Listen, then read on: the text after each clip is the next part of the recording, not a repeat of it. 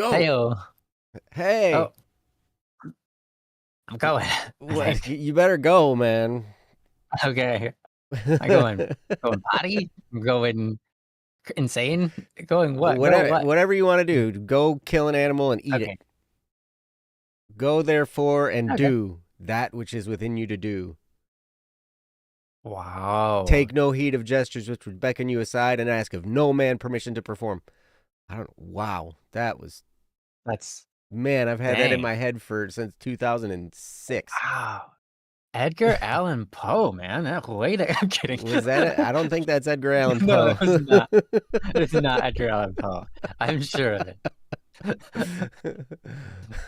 I do not know who it was. I just know that it wasn't Edgar Allan Poe. Yeah, I actually came across that in a book.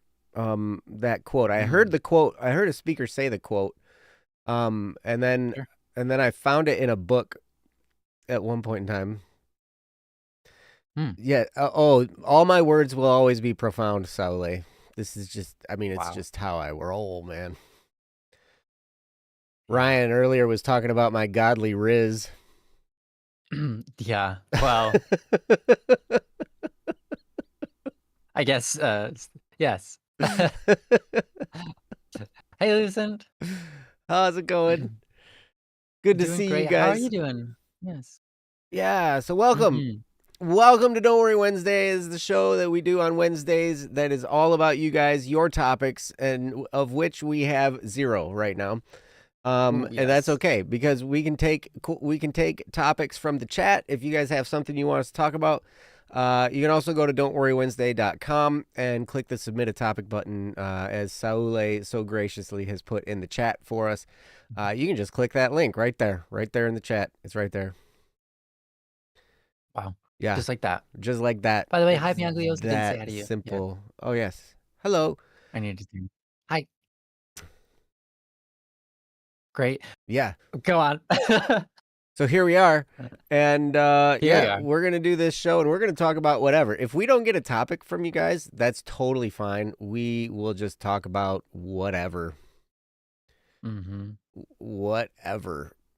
Oh my gosh. I'm looking at the streamer. My color scheme here. What's with your color scheme? So good. My color scheme is amazing. Why? I've got red and blue and I don't know, tan. Like that is not no one's ever put that together. You know what you remind me of? You remind me of a Christmas ninja from the Sudan. Christmas from the Sudan. That's a very specific thing for me to remind you of. I didn't know that was a thing. That's a thing in my mind. I remind you of a Christmas ninja from Sudan. Yep. That's great. I could see it. I see it actually. I see it because it's like I was wearing Christmas, but then we've got this this blue that really kind of shows the Sudan look, and then this tan, which obviously is ninja. Yeah.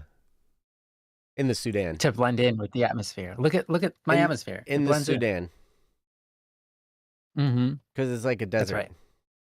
It is a desert. I think. It's not even just like one. I mean, it's mostly a desert. It's kind of like that.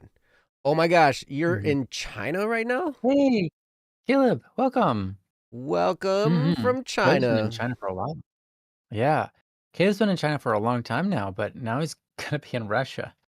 And by the long time, I actually mean several months. You're like a globetrotter.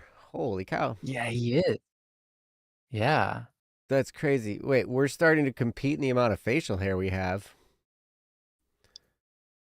I think Nyansai is trying to tell you something. Like, stop the competition. Wow. Oh, yeah, probably. Let Joe win. Let Joe win, yeah.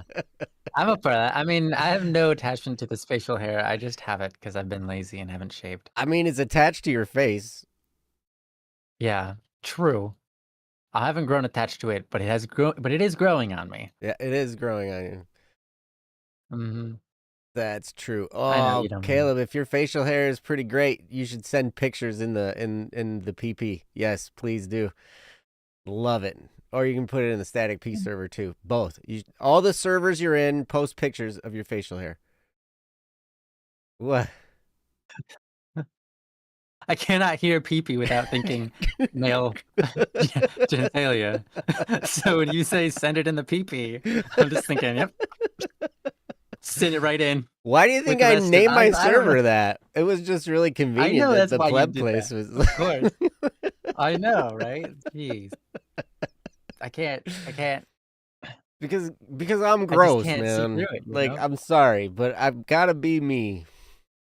Mm-hmm. And if you don't like it, that's okay. I don't mind. You don't Mm-hmm. have to like me. But I'll like you even if you don't like me most of the time. Wow. Joe's awesome like that. Well, sometimes. We shall see. But anyway, so okay. So we have a topic from Mm-hmm. Mianglios in the chat, but I got to do the disclaimer first. So disclaimer, we are not professional therapists, counselors, or attorneys or anything to give you professional advice or counsel. If you need professional counsel, you should go find it from somebody licensed in your area to give you professional counseling, therapy / advice, all that stuff. Because that's not us. We are just regular old people. Old people. Emphasis on old. Yep. I earned every single one of these gray hairs in my beard. I earned them all. Mm-hmm. I earned every Wow. single one of my crow's feet. I earned every single one of them. Wow. I was born with my gray hairs. Well, good. I don't know if that means You I was born old, but I. you earned them from being born. Mm-hmm. It was so Yep. funny. I was over at your brother's house yesterday, and Uh-huh. they gave me this dessert thing. I can't remember what it was called, but it's like this flaky tube thing with like it has like Nutella in it. It's not. It's like this hazelnut chocolate cream, Just and swirl? it's like a stick. Yeah, a pirouette. Thank you. Yes, it's a pirouette. Welcome. They're from my childhood. They are my favorite little cookie snack thing that I can get because I just love untwisting them and slowly eating them, and they're just fun. Mm-hmm. It's not the taste. The taste is good. It's not like the best tasting thing in the world, but they're fun too. Yeah, it's pretty good. And so I stuck one in my mouth, and then I was closing up the can and everything, and I just had it hanging out of my mouth. And your niece or nephew, one of them, was like, um, "Oh man, Joe, you're smoking. Since when have you been smoking?" And I was like, "I've been smoking since I was born, man." Yeah, I came out of my mom smoking. smoking Smoking hot. hot. I don't think that's something you want to say about baby yourself, but yeah, you can say it if you want. Yes. So anyway, yeah, so I think that's the disclaimer. We're not a substitute for professional advice. We're just here to, talk about what you want to talk about and do that. Yeah. Yeah. So anyway, so with that, Mianglios put a topic in the chat, and we should do it, I think, huh? That'd be most excellent. Yeah. I'm gonna quickly check to see if we have any to process. Oh yeah, The you can answer is totally do no. that. Good job. You did it, Thank you. Ryan. I'm so impressed. I'm so With proud. speed. I'm so proud of you. Thank you, Joe. Yeah. Okay, so if you scroll up a little bit, you can read along Mianglios' topic. It says, topic, is it better to ask people if they want to join you in making a project and brainstorm with people for a project in person versus virtual, or does it not matter? That is a great question. And I think it looks like Deontay's already started answering it.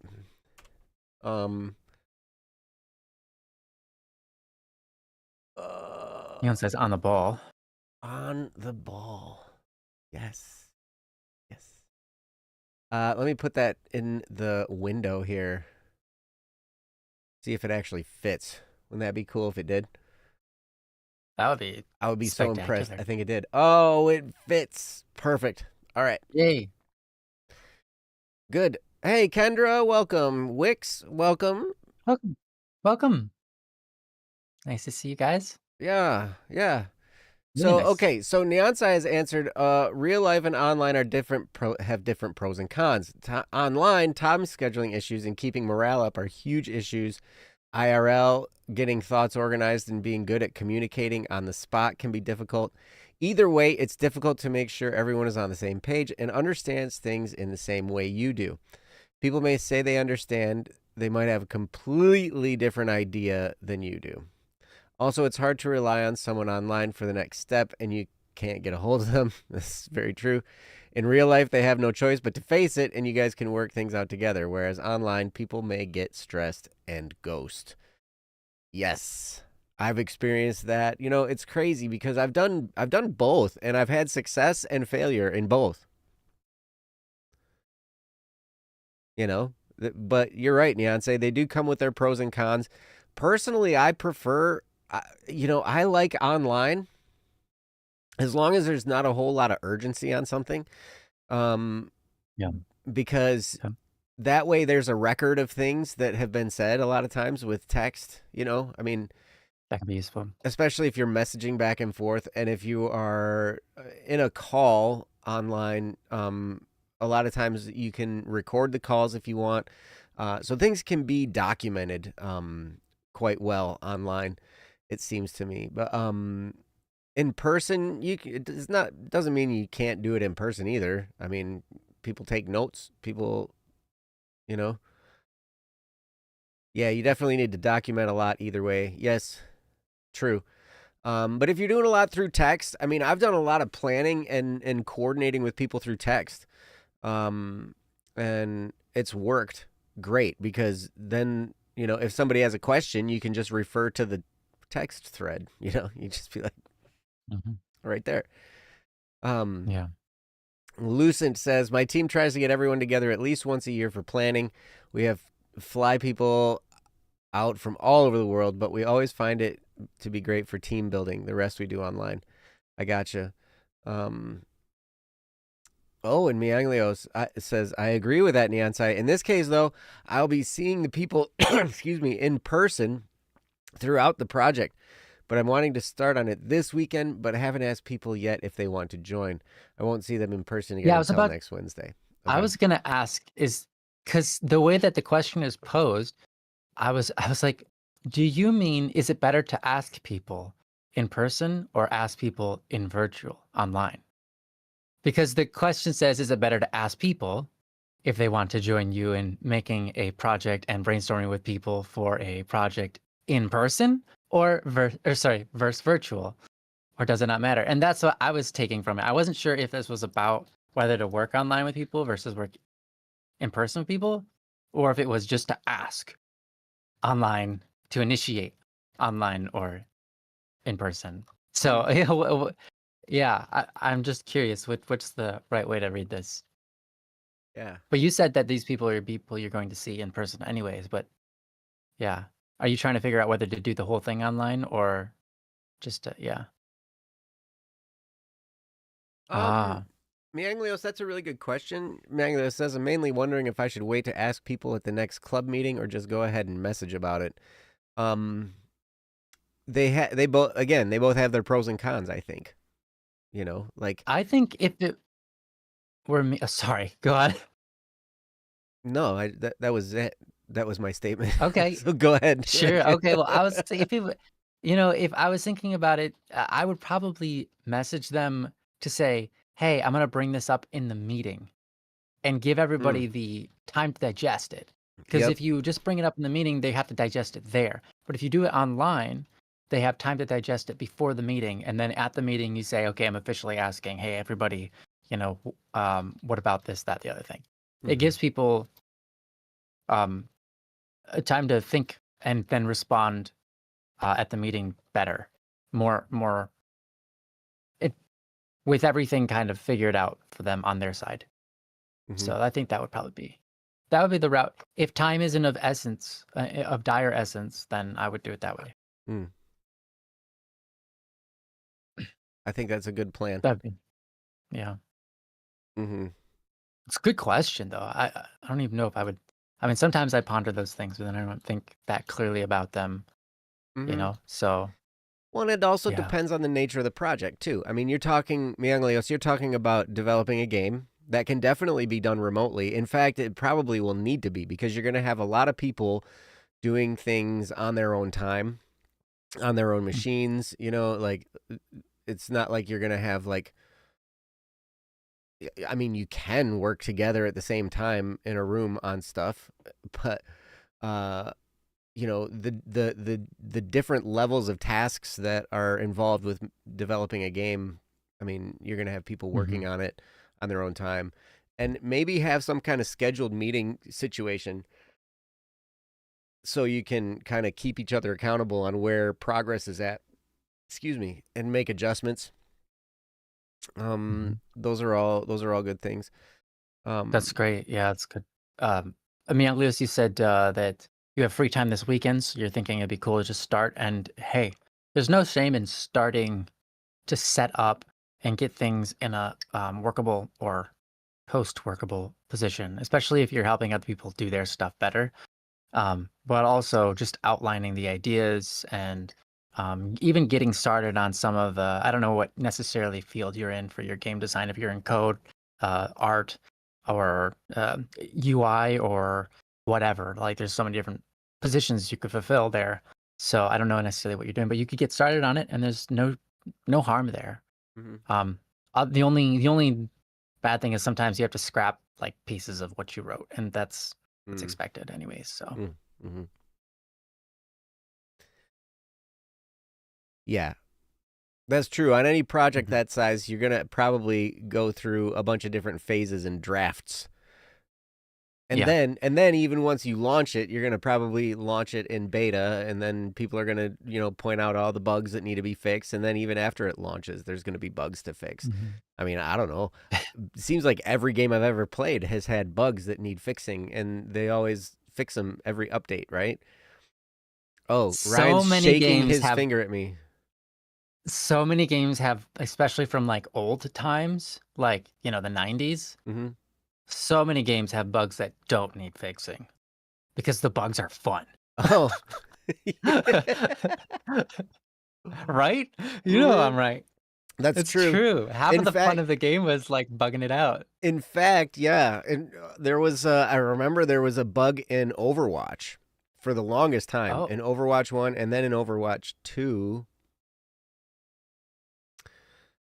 I think maybe they well, here's what they did with this bug. It was a bug that you could do this certain key combination and mouse thing whatever with Mercy, and she would dive towards someone and then shoot up 30 feet in the air or whatever, right? oh, yeah, yeah, yeah. And what they Okay. did was they reworked her kit and made that an actual controllable thing rather than just a buggy, like you had to almost That's accidentally cool. come across it. But it was so funny because Yeah. I remember playing Overwatch, and a friend of mine was like had that happen and it was like, "Oh my gosh, I actually did it. I did the bug."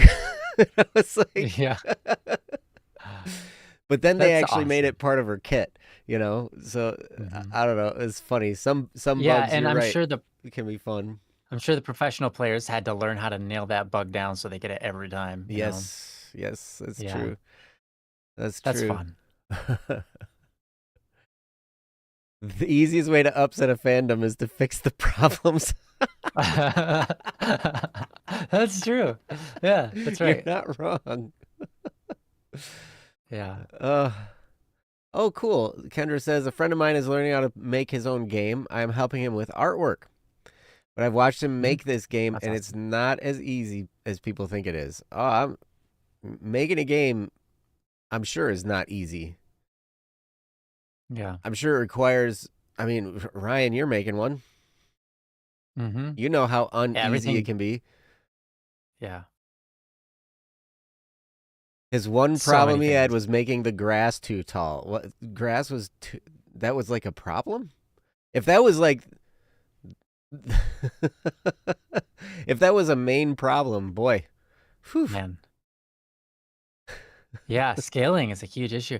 Like, this is weird. Like, you play a game, and if you think about real world sizes of objects and you put them in the world correctly and all that, and you play the game, It's generally not fun.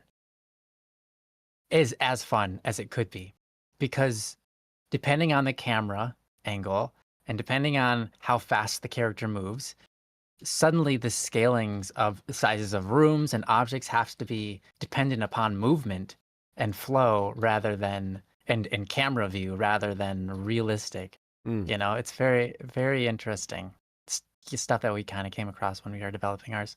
But yeah, I mean, even just like, yeah, like you said, boom, one little tiny issue. The grass is too long. Why can't I get it shorter? What's going on? And you spend like a whole day, 2 days, a week, and you're like,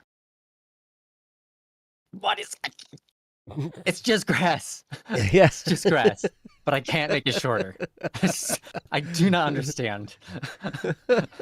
Yeah. Yeah.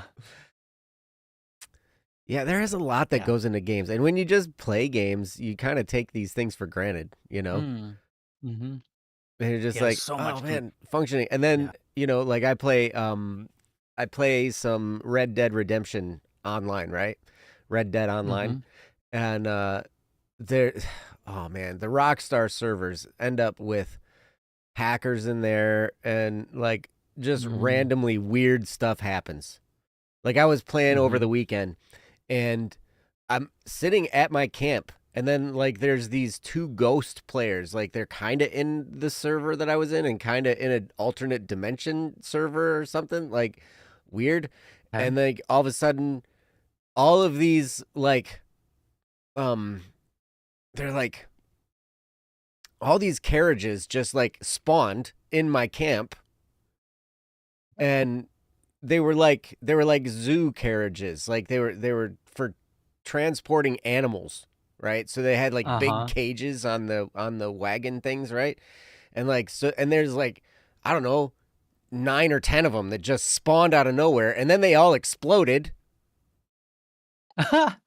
Yeah, because that's what carriages do. Yep, they just all exploded. Yeah, right, Mianglios? I've seen so many hackers on Red Dead Online. They're everywhere. Yeah, and I had at one point in time my horse was just shooting fire out of its backside. Wow. An uncontrollable fire just shooting out of its back. I'm like, Sounds like a riot, man. What is going on here? It was crazy. And then, so I play this game, and my honor level is high, like good honor, right? And then, so all the carriage explosions happened at my camp, right? And then I all of a sudden was transported to a jail in the city, like across the map from my camp. And all of a sudden I respawned there with a whole bunch of other players and everybody's killing each other. And so I'm like, okay, well, I guess here I am. I guess I'll just start killing everybody too. And my honor went from all the way high to all the way low, like immediately. Oh, no. Yeah. So now I'm most dishonorable as you can get. Oh, that's awful, hilarious. Man. Oh, you think the horse fire is just a glitch? Yeah, all right. Maybe it is. Kendra says, my brother Skylar wants to make his own video game. He's been upset with how Roblox has been recently, so he wants to create a game of his own. He already took a class on coding, so he knows how to do that. That's cool. There's, coding, Ryan, maybe you could talk about coding a little bit. I know that you've got a lot of experience with that. A little, yeah. Holy cow. I think Jesse has way more.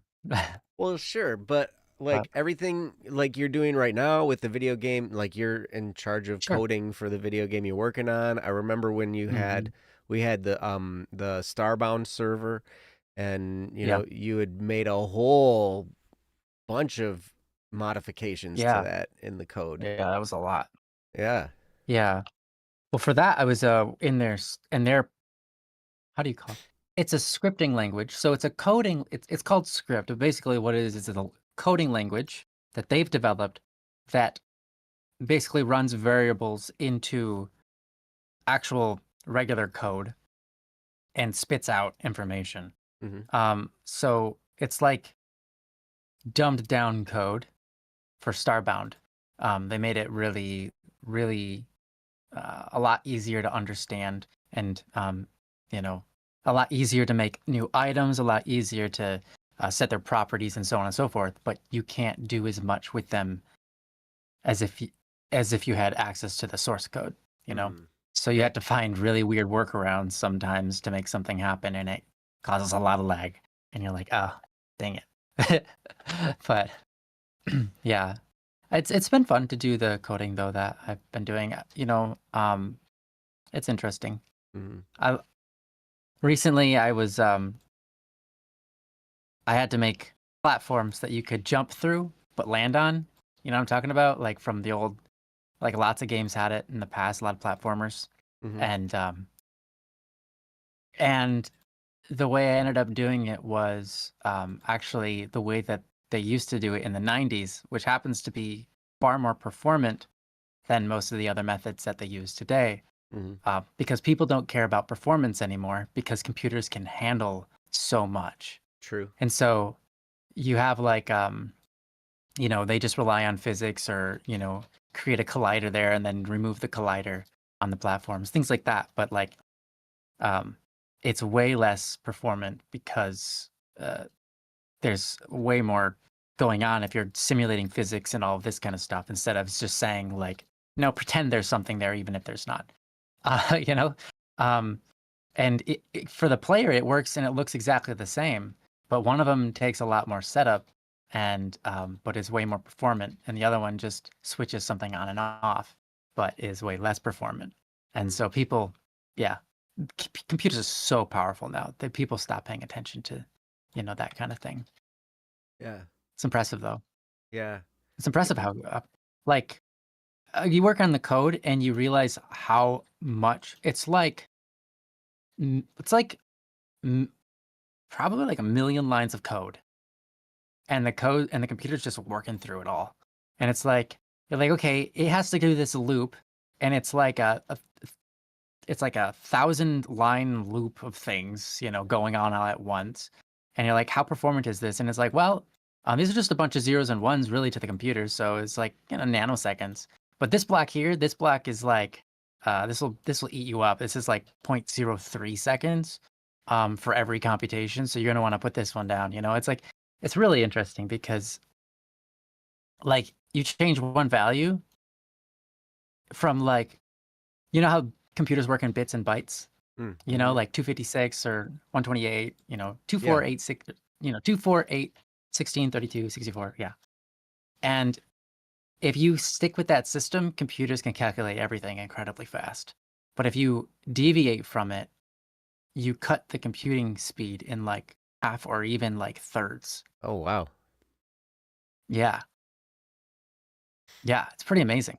In some cases, it could even cut it down even more than thirds. So, yeah, it's just really kind of interesting to think about performance and how much the computer is computing and games and how far they've come and like how much they're working hard, how hard they're working just to get that image to look, to you to see an image and for you to experience the numbers at real time in the right way and all of that. It's incredible. It is. It is. Caleb's asking, what game are you currently working on? Oh, that's fun. Is this for me or Myanglio's? I think Myanglio's say he's going to start one. What kind of game is it? Yeah, for us, we're I don't know. We're making an RPG of sorts. Are you making a dating sim? It has a lot of different things. Not making a dating sim, as we've talked before, Joe. I'll never make a dating sim. Never in my life will I ever make a dating sim. Good. You cannot pay me to make a dating sim. I wouldn't. I wouldn't pay you to do that. Or a light novel of any kind. I might pay you to not make a dating sim. Oh, okay. I'll take that. I will take money for not making a dating sim, although that does feel a bit underhanded, and I would probably not actually accept the money. But oh, okay. Yeah, that's okay. I'll take my money back anytime. Yeah, it's right now. It was originally a 3D game. We've changed to a 2D game. And we've got a lot to build foundationally before we can fully test the game and say, yeah, this is how we want the game to play. But right now, it is a very unique RPG. We'll just say that. $15 for a sequel to the KFC dating sim, the Kentucky Fried Chicken dating sim. They have a dating sim? Wow. Kentucky Fried Chicken? So is that Wix? Is that $15 not to create the sequel, or $15 to? I won't accept either way. For Colonel Sanders, yes. For Colonel Sanders. No. Yes. The Colonel Sanders dating sim. How to date Colonel Sanders. You would love a sequel. He was married. The dude was married. You can't do that.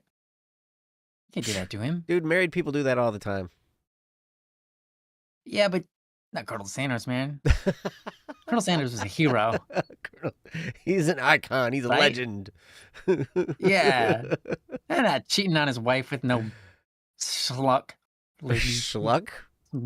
Schlup. I don't know. With some... What kind of word is that? I don't know. I invented it. It felt appropriate, okay?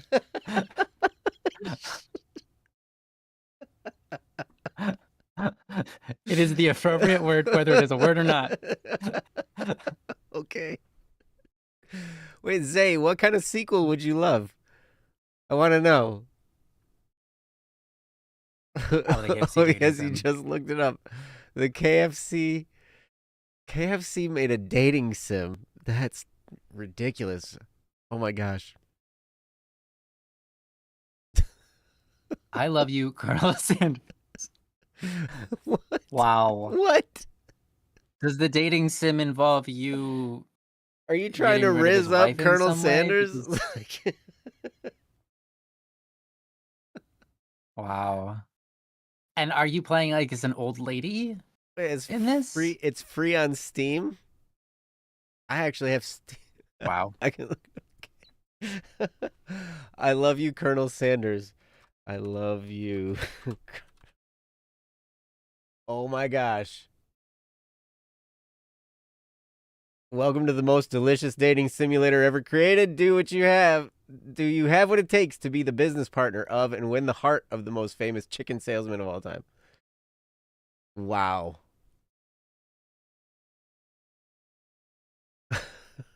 A finger licking good dating simulator. Oh no. Wait.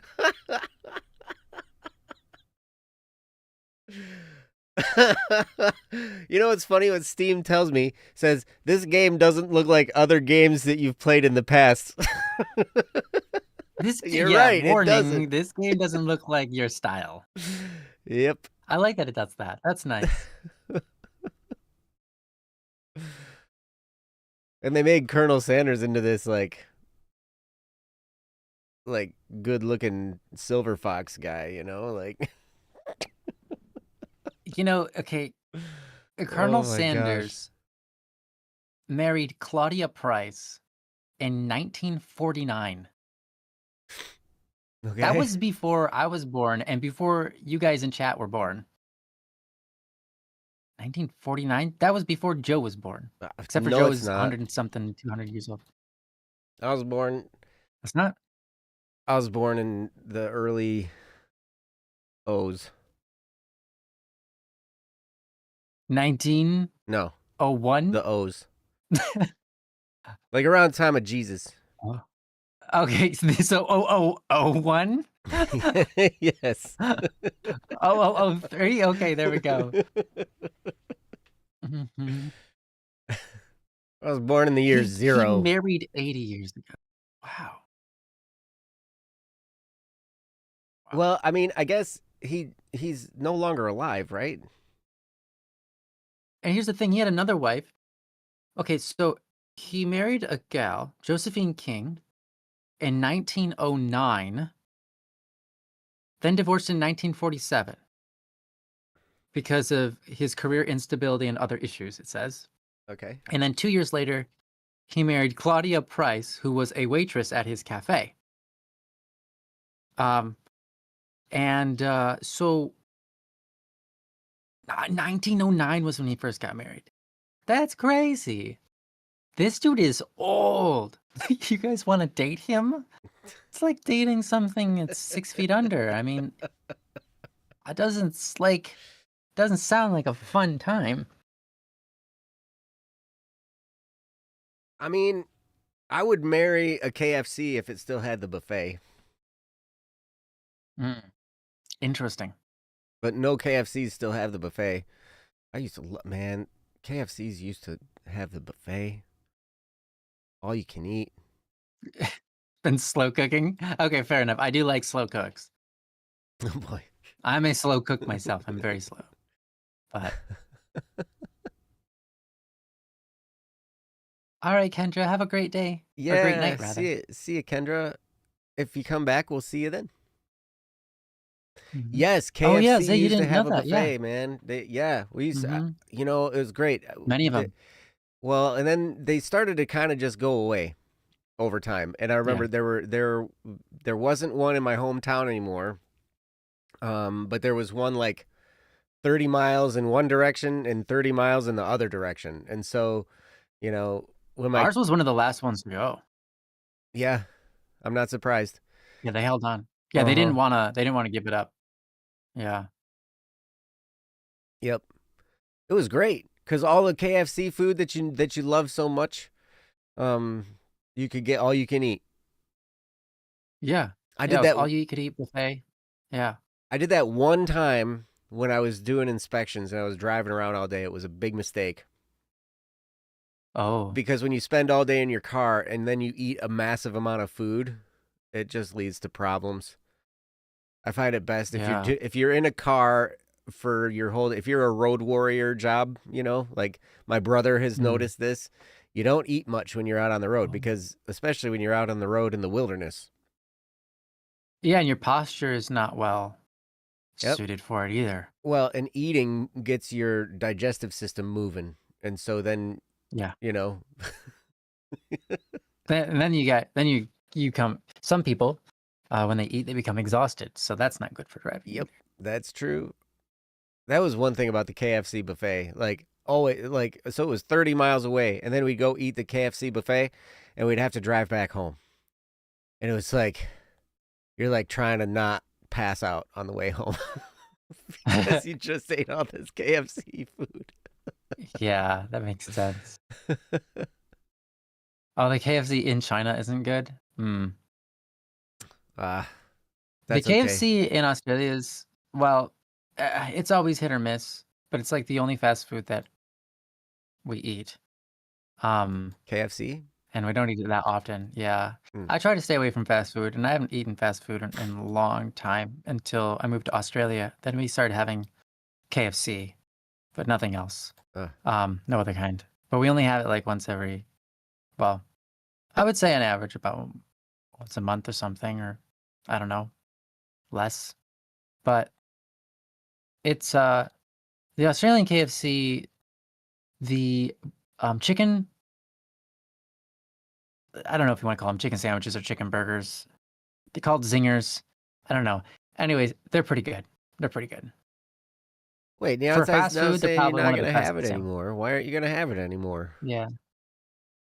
Well, it's not good for us, and it causes too much problems.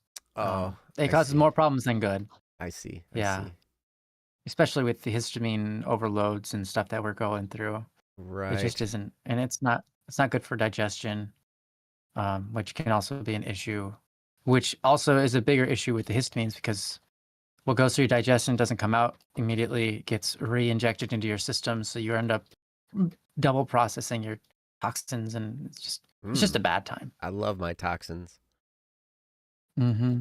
You're living off sweet potatoes, chicken, and eggs. Oh my gosh. Nasty. The chicken and eggs part is great. Sweet potatoes can get whipped at the window. That would be great. I'm not a huge fan of sweet potatoes either, but we're working with them, and they're not bad, you know. Now, tomato, I love what you have here because you're like KFCs exist, and then you're like Australian KFC isn't bad. It's like you answered your own question. Yeah. And then you said, and then you follow that up with like the next comment is, and don't you dare complain about the Zinger burger. It's like they exist. What? They're not bad. Don't you say anything bad about them. Don't. Now, Nyansai, you've got. You said nobody even Zingers likes are the best potatoes. thing. I like potatoes, like white potatoes, like regular potatoes. Mm-hmm. That's one of my favorite foods. Like Loves mashed potatoes are one of my favorite foods. Sweet potatoes, nasty. Mm-hmm. Yeah, well, they're very different. They're totally different plants. They are. Mm-hmm. I'm not a big fan of sweet potato, but we've come up with some interesting recipes that work pretty well. The sweet potato oftentimes is just too strong in its weirdness. But if you like make potato chips out of them, like sweet potato chips, those are pretty good. And if you can, one thing that we did that was pretty good was take eggs and how do I say this? So boil the sweet potatoes and mash them, and then put eggs into it, and then fry them, and those turn out pretty good. Interesting. And then you put chicken in there too, so it's like you got like little fried chicken balls with sweet potato stuff. It's pretty good. I It's a bit mean, mush, but it's good. I would eat. Okay, if you don't cook them right, of course they're nasty. Yes, you're absolutely right. Haley, how's it going? Good to see you. Hey, You're Haley. amazing. Hi, Zay. By the way, Yeah. Zay loves both Izanagi, types of hello. potatoes. I'm proud of you for loving both types of potatoes. I would eat a sweet potato. I would eat a sliver of a sweet potato hidden in bacon. Inside the bacon. Like if you like wrap up a sweet potato in bacon. Oh, okay. Like not the I can whole see sweet those two potato, going just a little together. bit. Like if you cook a sweet potato, take a tiny, tiny little spoonful of it and like mash it up and like put it on some bacon, I would probably eat that if I had squeezed cheese. If you What had about squeezed cheese on the side. what about sweet potato casserole? What is sweet potato casserole? Is that the stuff with My the mom makes marshmallows on top? Because that Some just people wrecks put that. marshmallows. My mom. I've never had a sweet potato casserole with marshmallows, but my mom makes a sweet potato casserole almost every year that has brown sugar all over it. Mm. It's more of a dessert than it is a casserole. I don't know why it's not just a dessert. People eat it during their dinner, and I'm just like, nah, that's more of a dessert. But anyways, it's pretty good. I don't mind it. Yeah. My dad loves it. So That's hey, you guys can have all the sweet yeah. potatoes you want. I'm excited for you guys to enjoy all the sweet potatoes and then I don't have to eat them. That's great. Yeah. Haley and Wig said, yeah, that I was describing the one that they were talking about. I haven't had the marshmallow one. That's interesting. Yeah. I've not had that. Yeah. I've never even seen it, but My parents tried. Is your family making marshmallow ones? My family? Yeah, they used to make that. They've tried. Interesting. They tried all growing up. They tried to get me to like squash. Okay, that's a hard thing sweet to potatoes like and all this stuff. if you don't like it. And hey, Lord Noda, you finally Hi, managed to catch welcome. a stream. Oh my gosh, you Hey, made it! welcome. You've done it. Ta-da! Now it has been a successful day. Yep. And a successful year. And a successful lifetime. Yes. Yes. Australian Day is coming up soon. I didn't realize that. What day is that? What? There's an Australia Day? Australia has so many days. Australia has more holidays than America, for sure. They don't have more than Catholicism. No, they have more. Well, they don't have more because every day in Catholicism is a holy feast day day of some kind. It's a feast day of some kind. It's a holy day of something. That is right. That is right. Yeah. My favorite is my birthday. My birthday, the holy day of my birthday. Hold on, I'm just gonna get my camera out of here for a second. Whoa. So You better. Oh my gosh. Just had to briefly excuse myself. Everything got dark. Okay, yeah, well, sorry, I'll fix this too. Yeah, fix I it. had to let someone out of the room and they were stuck in here. Oh. There you go. Oh, Yeah. it's a little bit too. Your camera has this auto adjust feature that it's weird. It's great. It's like the auto mess it up feature. Yeah, I can do that. Want to see it? Want to see me mess it up, Joe? No, because I'm the one who messes it up. Oh, that's yeah, my that's what I job. was gonna say, yeah. Right. So it's so funny. The feast day, the Catholic feast day that falls on my birthday, is the feast day of a piece of furniture.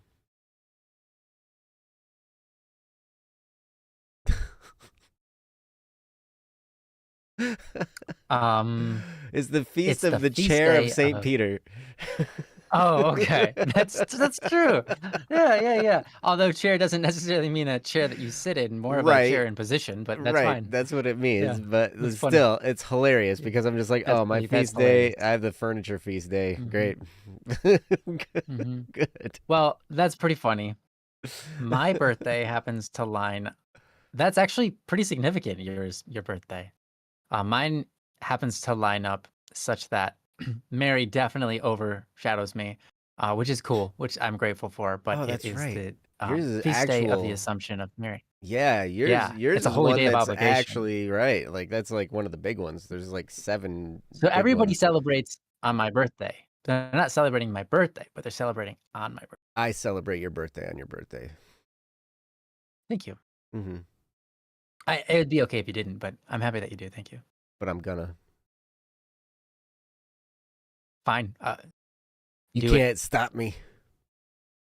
See if I say thank you or whatever. See if you say thank you. Yeah. Yeah. Caleb, I'm with you. Squash is nasty. You're absolutely right. Tomato, that's a perfect description. It's the 4th of July. Australia Day is the reverse. Yeah. It's Independence Day. It's the opposite. Wait. Because the day they lost their independence? Is the day they got acquired like by Britain or something? Yeah. That sounds about right. That's hilarious. Oh, Lord, your birthday's on Christmas Eve. Yeah. Well, that's always a bummer. I remember kids that I knew growing up that had birthdays like right around Christmas, and then like they get their birthday presents and their Christmas presents all at once. And then they got to wait a whole year to celebrate one of those things again. And I'm just like, I feel kind of bad. But yeah, that's all right. It's when, wow. Okay. So it's when the first fleet landed and raised the Union Jack. All right. So yeah, essentially when Britain established themselves. Okay. When Britain declared that they owned the land. You know what's interesting? There is one time I've eaten squash and it was pretty good. One time. And I'll probably never have it again because it was my brother's ex-girlfriend made squash soup. And it had very little squash in it and a lot of other stuff in it. And so you couldn't really taste the squash at all. You tasted like everything else that was good in it, and it kind of tasted very bacony. I'm sure there was bacon in it. Bacon just makes things better, honestly. It does. But anyway, I've had bad squash growing up and good squash as an adult. Yeah. People learned how to cook it better because apparently you can cook it wrong, and a lot of people do. Because there's no, don't. I don't know.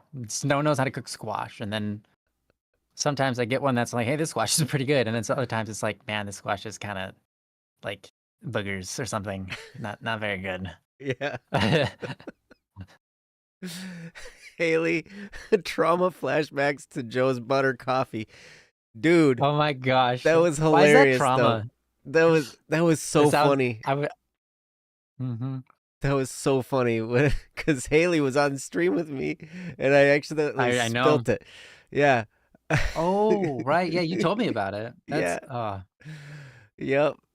I thought it was the coinciding argument about whether butter coffee is good for you or not. It's great for you. I promise.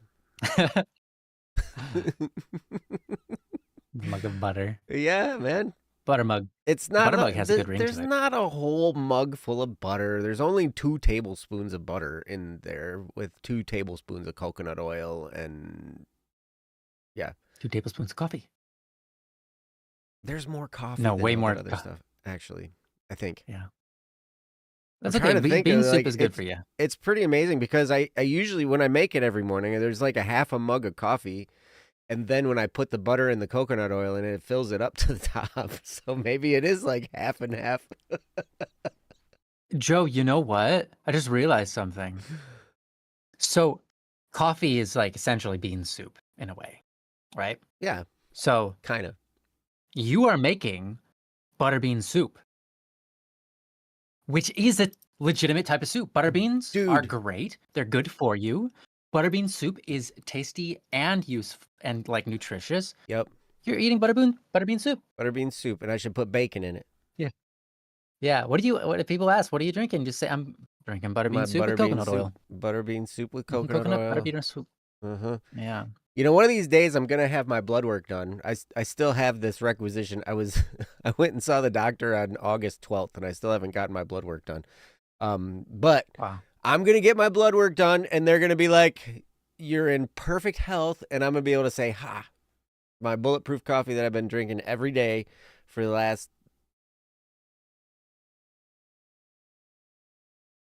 4 years or something." If they say it's not good, you probably will still yet hesitate to say, "Oh, it must be the coffee." You probably won't say, "Oh, it's the coffee." You say, "Well, who knows what it is? We'll have to figure it out." No, it's because I ate a bunch of sugar or something at some point, and so that was the problem. In your life, in your past, yeah, in the past 20 years of your life, you had sugar a couple of times. That was not good. Yeah. I blame it on the sugar. I'm Yeah. not so against sugar. I think that there's too many statistics that are pointing towards sugar isn't as bad as we think, especially because all of India eats the most sugar in the world, and they're not full of diabetes or giant obese people everywhere. So I think sugar's not as bad as some people think it is, but it's still bad in high doses, just like anything. Sure. High dose of anything is bad for you. Sure. So I agree with that on sugar, and I think the amount of sugar that we eat is too much. But I just think it's not what's causing the obesity in America, Australia, Europe. I think that's a chemical thing to deal with processed foods, and additives, which are like hard for the body to break down. What are they called? Saturated fats? Fats that are chemically created, anyways. Yes. Like some of the stuff that we have in our food is not digestible very True. well. I don't know. I think that has more of an issue. Well, That's my own hypothesis, and it's not backed by we are not scientific experts. studies. We're not licensed experts in nutrition. That is true. That is true. That's true. Everything we say is probably wrong. So yeah. So Mhm. feel free to debate in the chat. We love it if you debate us in the chat. It's great to see. Yeah. Haley, though, I gotta say, Joe drowning his arteries in butter. My bad health? It must be the sugar. Who says my health is bad? Yeah. No, if it came back. If it came back as bad, your blood. Oh, okay. I see. It's crazy. I talk to people that are way younger than me, and like they're having all these health issues, and they're like, "What the heck, man? Like, how do I fix this?" And so I send them, stuff that I take on a regular basis. Not the bulletproof coffee. I don't recommend it to people. I tell them I drink it, and if they choose they want to try it, they can. I will say it helps with mental energy a lot, because fats are very calorically dense, and if you eat a high-fat diet, it helps your brain more than anything. Fats and magnesium really help your mood. Sure. Well, magnesium because it is allows you to brain electrolytes, process. like it's one of the electrolytes. Yeah, So, um, you need your phosphors, but phosphors are pretty much in everything. yeah. Then again, I'm not a But, food so scientist, so I will biologist. say this. People have asked me, like how can you licks a rock? Yes. Um, You need that. so it's crazy Manganese, magnesium, all the M's. because I was just having this conversation with Jesse. You guys remember Jesse? Okay. I Yeah, talked to him a few I days remember ago. real That was well. really cool. And I was talking to your sister-in-law, Diana, right? And they're both younger than me. Mm, And they're running into all these issues like spasms and like stuff like that yeah. and like weirdness and everything and they're like how is it that you're so like mobile and you never have any issues? Like I'm like I got plenty of issues, believe me. um Yeah. Mostly You gotta mental and tell me. emotional I was on issues, like however. Like you can say like I was on ibuprofen for like literally like 10 years of my life yeah, but I don't do that anymore. or Like I more. don't I don't need to do Yeah, that but you don't do it anymore. anymore. Right. Yeah. I don't. Yeah. Yeah. And honestly, I can say there's two things I take on a regular basis that have probably helped me a great deal, and that is one is collagen, Yeah, I was gonna say collagen. Yep. because when you're around the age of It's like that. 29, your body stops producing collagen, and so I put collagen in my bulletproof coffee every morning, right? So it's like a powder. And that helps with soft tissue repair. I was sold on collagen when my brother got cancer and he had to have this hugely invasive surgery called a Whipple procedure. And they basically opened up his guts and rearranged everything, took a bunch of stuff out and rehooked up stuff differently and did all kinds of crazy, right? And it was supposed to recover in the hospital for 7 days. He was out in 4. And he's doing very well and still doing very well. And like That's good. this was years ago. But anyway, so and I was like, oh, there's something to this collagen thing. And so I've been taking collagen ever since. And so that's one thing. The other thing is glucosamine. And that helps with joint Mm. health, Okay. cartilage rebuilding, all that kind of stuff, right? And so like these things just kind of help you regenerate, your soft tissues better. And I don't know, I feel like they've helped me to avoid a lot of that stuff. When your Yeah, I lungs was have just too about to much ask. collagen, Katie you brought it can't up breathe. too. Yeah, what Well, type of collagen are you taking? types 1 and 3. There's type Okay. there's type there's like type 1, type 2, type 3, type 5 and type 10 that I know of that are available, I think. Um I would believe it when your lungs have too much collagen you can't breathe cuz you're not supposed to inhale this stuff. It will become jelly. Thank you. Solly puts this right now. We are not professionals. That's perfect. The information we give is not a substitute for professional advice. He's like hearing us talk about all this nutritional stuff that's weird. It's like, Yeah. Hey, I'm gonna be right back. I will return shortly. oh, Ryan's going to go. He's going to go away. Does that mean it's solo Joe Yeah. time for a minute? So low Joe time for just a moment. I'm gonna Okay. just kind of hide this and then mute myself, but I'll be right back. Oh, okay. So, yeah. Tomato, you're right. Collagen falls apart due to factors like stress, sun, and smoking. So relax, sunscreen, and don't smoke. Yes, absolutely. That those are really good advice. In fact, I remember talking to a heart surgeon. He was one of my kids' classmates' dads, right? And so like I was talking to him at a basketball game, and the single cup of Joe show. That's right. I am single. It's a good way to be. Um, so, and he told me, like, I was talking to him about different forms of exercise. At the time, I was doing a lot of different kinds of exercise, and I was really starting to I was starting to get the idea that all this cardio that people were promoting that you should do to lose weight, like that, like the statistics and the numbers didn't quite add up with that. And so I'm trying to figure out the justification to do cardio, because you go to a lot of fitness places and they're like, oh yeah, you lift weights and whatever, and that's going to help you build muscle, but the cardio is what's going to help you lose weight. And it just wasn't happening for people. People would spend forever on treadmills and not make a difference in their, how much weight they were losing and all that kind of stuff. And so what I discovered was that scientifically speaking, it's more likely that you're going to lose weight by building muscle in larger muscle groups, like your legs and your back and stuff like that. And so I was talking to this heart surgeon, and I was like, but does cardio do you any good? Like, it's got to help you with, like your lung capacity and, like your stamina, all that kind of stuff. He said, yeah, a little bit, but mostly cardio is good for your mind. And the best thing you can do for your heart health is not smoke. And it was hilarious. And it was hilarious because he was like, so do you smoke? And I was like, well, crack. Well, crack, but obviously that doesn't count, right?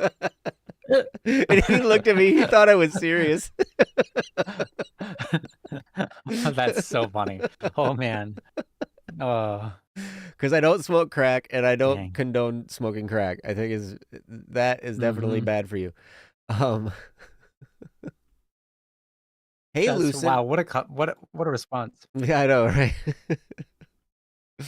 Another great way to get collagen is to make your own bone broth, economical and delicious. Yes, absolutely.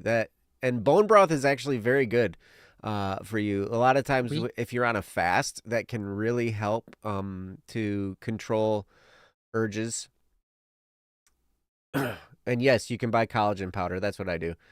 I just use collagen powder. Haley knows how to make crack, if you're ever wondering. DM Haley. So, okay, hold on. So, a couple things here. One, Haley wrote, I know how to make crack. Wix wrote, crack is as in cracking those collagens.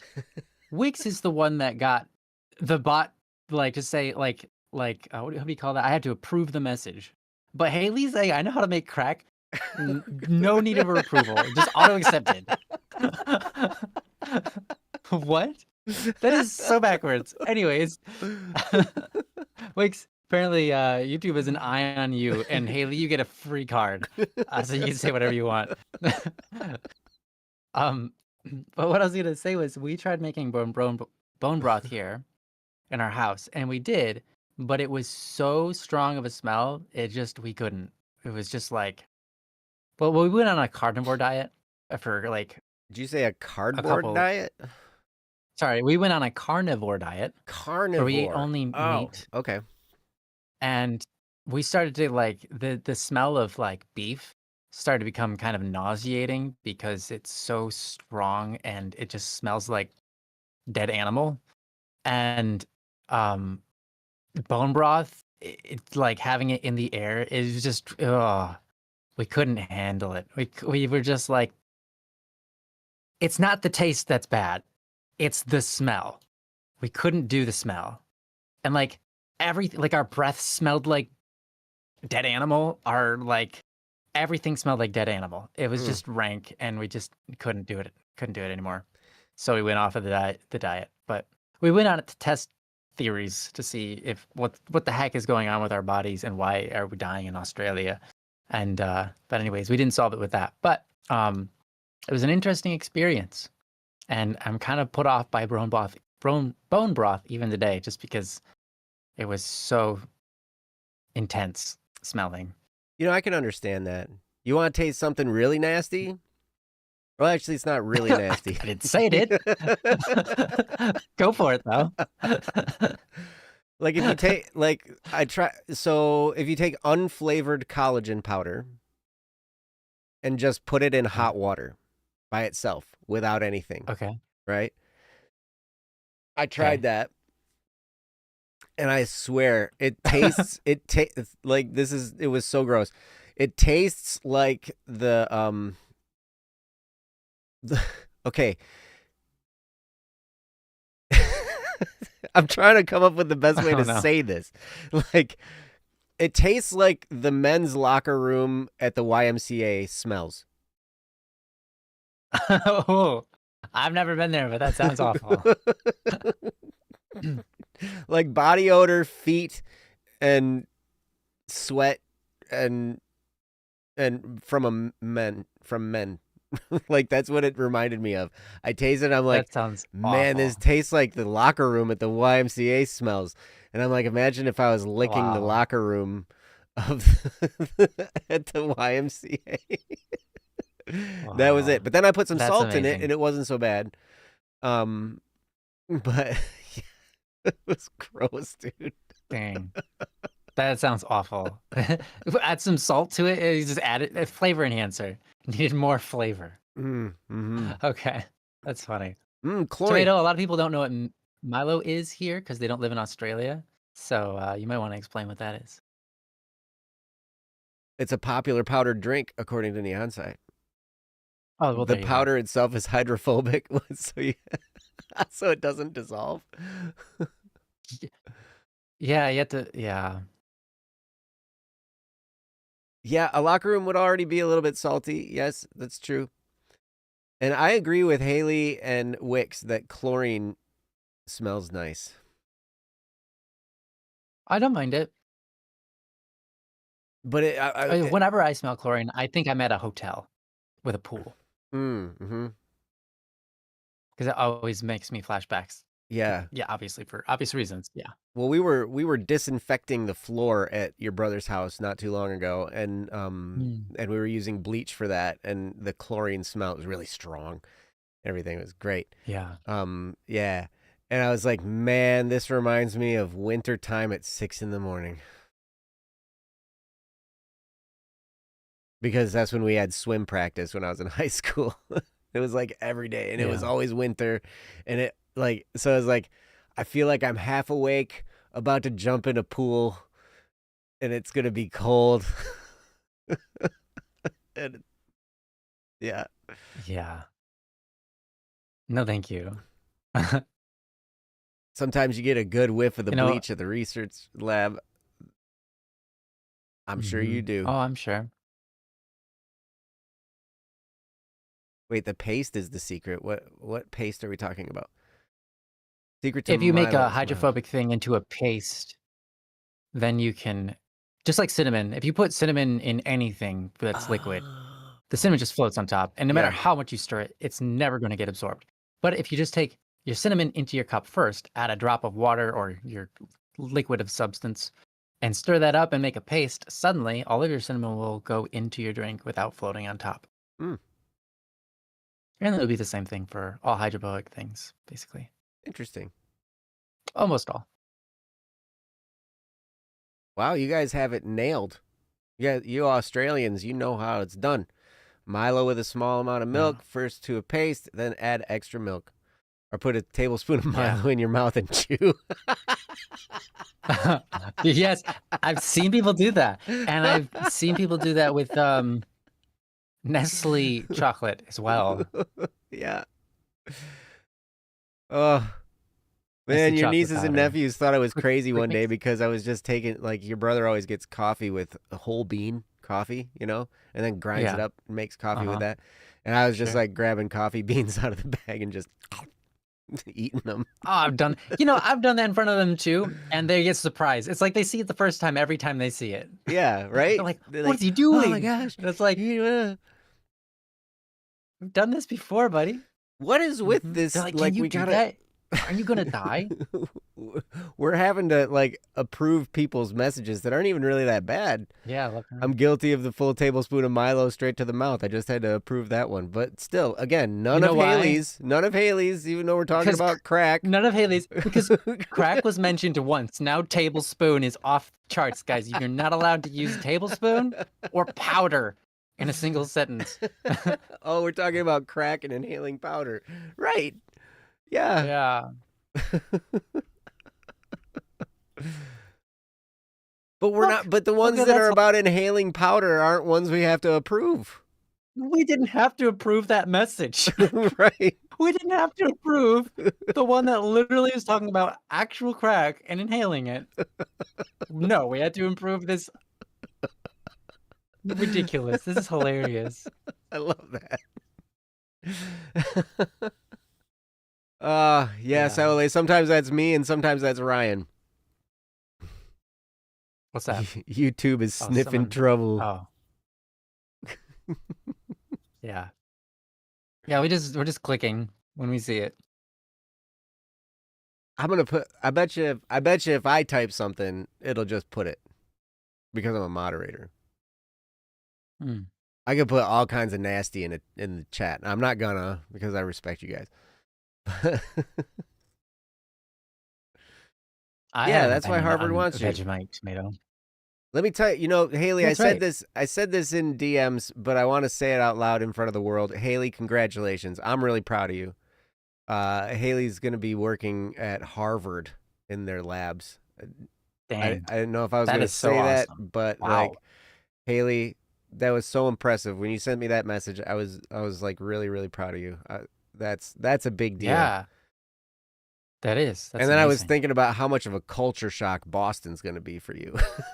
Because of where you come from. And I'm like, yeah, Boston's going to be crazy. I've never been there, but I know about the East Coast. And, one thing, just don't be too underwhelmed when no one has a Boston accent. Because only like 10% or less of Boston actually has a Boston accent. Yeah, you probably got to go to the bad part of Boston to hear the prevalent Boston accent. You got to go to the Southie But that's projects. so awesome. Yeah. Congratulations, Haley. That's incredible. Way to go. Yeah. Yep. I was going to go to Boston. Yeah, just give yourself a Boston accent. That's right. I was going to live in Boston at one point in time because Berklee College of Music is there. I was going to go there. And I could see you living in Boston, man. Yeah. You know what happened, though? I got myself a girlfriend. Then all that went right down the toilet. That's okay. You ended up... Well, if you went to Boston, we all know how that ended. My brother and I. Everybody here knows how that ended. Yeah. Oh, man. Yeah, there's well, a you lot, wouldn't have met my brother good and I, stuff in Boston. Sure. That's true. I would not have, and I'm really glad for that. But maybe you would have met our equivalent others in Boston. So There's nobody equivalent to you. Yeah, and if we didn't meet you, our whole lives would have been different too. So that's true. We kind of changed each other's lives for the better. I like to think 100% for sure. Yeah, I think so. Yeah, why do your own people forsake their pride? Because Lord notices I also dislike Vegemite. You feel disappointed in yourself for not liking Vegemite? I don't know if I'd like Vegemite either. Here's the thing. There's nothing wrong with disliking the leftover scrap that's stuck to the beer barrel and scooping it out and putting it in a can and saying, hey, eat it. This is good. Put this on a There's sandwich. nothing wrong with saying, no, thank you. No, thank you. There's nothing wrong with looking at what's at the bottom, like stuck and like it's been sitting there for weeks, months, who knows how long, stuck inside of a beer bottle. Nothing wrong with grabbing that out and just putting it on your sandwich and just putting it on bread and just taking a bite of it. Nothing wrong with that either. But I'm not for it. I'm just not big into it, Yeah, I get it. Nothing wrong with either way. But Beyonce doesn't like meat nothing wrong pies. with being put off by that. You don't like meat pies? Like pot pies? I think she likes chicken pot pie. Chicken pot pie? I had the best chicken pot pie the other day. At least a little bit. You're talking about party pies. What are party pies? What are party pies in America? Look up Australian party pies. Yeah, because Australian... Yeah. Okay. Yeah, Tomato says party pies suck too. Yeah, so I'll have to look that up. Okay, so did they come with the ketchup? Okay. They're essentially Cannibal. beef looks roasted in a pie, but it looks like pretty low grade. I don't know. Well, mincemeat is Yeah, kind of maybe someone like, else can. I mean, I have some minced venison in a jar in the other room that my brother gave me, and It's it's probably yeah. pretty good. I mean, it came from a deer that they killed, right? So it's like it's not like Yeah, it's always mincemeat good. that's like in a can that's probably from like multiple different animals, including raccoons and possums and rats and stuff. Mm-hmm. Thank you, Saleh. Yes. Cannibal would definitely change the context of this conversation. Yes, you're right. Fairy bread. Fairy bread. You know, okay, fairy bread is a thing that we have in America, but we don't call it. Well, sorry, no. It's Hey, not a thing we have in America. see you later, Soleil. It's Good in seeing you. it, Thanks for being here, buddy. fairy bread has an ingredient on it, and that ingredient has a different name in Europe and Australia.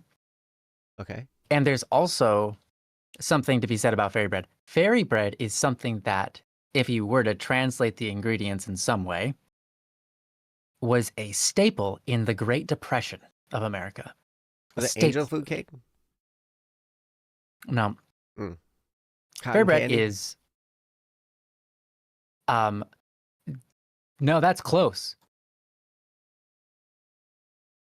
Do you know what sprinkles are? Do I know what Like the sprinkles sugar are? sprinkles? I do know what sprinkles Hmm. are. You know what they are? Yeah, in Australia and Europe, they call them hundreds and thousands. Hundreds and thousands. They don't call them sprinkles, they call them hundreds and thousands. Okay. So, anyways, you just just put that on bread. Oh, okay. Hundreds and Sometimes thousands. with butter. And you can put the butter, you put the butter on, and then you put the hundreds and thousands on, and then there you go. That's it. But during the Great Depression, what was really, really popular was bread, butter, or if you couldn't afford butter, you put on Crisco, aka lard, Mm. Well, and Crisco is then vegetable shortening, sugar. but yeah. Mhm. It is now, right? Was it lard Didn't it before? used to be lard? If it was better because lard is better than vegetable shortening Well, anyways, they every used to day. use lard. They didn't have vegetable shortening at the time. Vegetable shortening was not mass produced Mm, at the time, I think. I see. Or Not in the margarine way it is instead of now. butter. Yeah. Yeah. I'll tell you what, though, if you're Yeah. making a pie Bread, crust, butter, dude, sprinkles. if you're making a pie crust and you have the choice between vegetable shortening and lard, use lard. You will end up with a much more flaky and wonderful pie crust than if you use Oh, that makes sense to me. vegetable shortening for That sure. makes a lot of sense. Yeah. Mm-hmm. Mm-hmm. Yeah. That is the secret to my grandma's pie crusts, man. Oh, Mm. it was like, and then my brother would make pasties. You know, pasties, it's a UP staple, you know, like, They're not oh, pasties. they're not pasties, they're pasties. And it's basically like a pot pie, right? Hmm. But it's a bunch of It meat and is. potatoes and vegetables and gravy and rutabaga and all kinds of stuff all thrown in this And pasta, parsnips. or pasta, not pasta, all in this like crust. And it's all like put together, you know, and Hmm. it's so good. They're so good. And he would make It's a it's a handheld pie. yeah, basically super good. And Yeah. yeah, but he was like, yeah, I just make the crust like grandma used to make the pie crusts, you know, with lard, and that's what makes them so good. But is pasties and pasties the same argument of thongs and Australian thongs? What? What? No. Nope. What's Nope. what's the difference Okay. between a thong and an Australian thong, man? Like, This is ridiculous, by the way, because when I came to Australia, I did not know there was a difference, and people were just saying thongs, and I was like, "Excuse me." hey, see you I can later, only think of Haley. one thing Thanks when for you being say here. that. Good seeing you, Haley. Anyway, continue. Hmm. Sorry. Yeah, we Oh, call them flip flip flops. flops. I see. Yeah, so they're Uh like huh. thong sandals. Yeah, thong sandals, which we do say in America. If we say sandals or like loosen the straps of your thongs in the Bible, but we know it's referring to sandals, that makes sense. But if you just call them thongs without specifying which kind, we just assume that you're talking about underwear. I think it's funny Haley left as soon as we started talking about thongs. Yeah, not crack. Crack wasn't what set her off.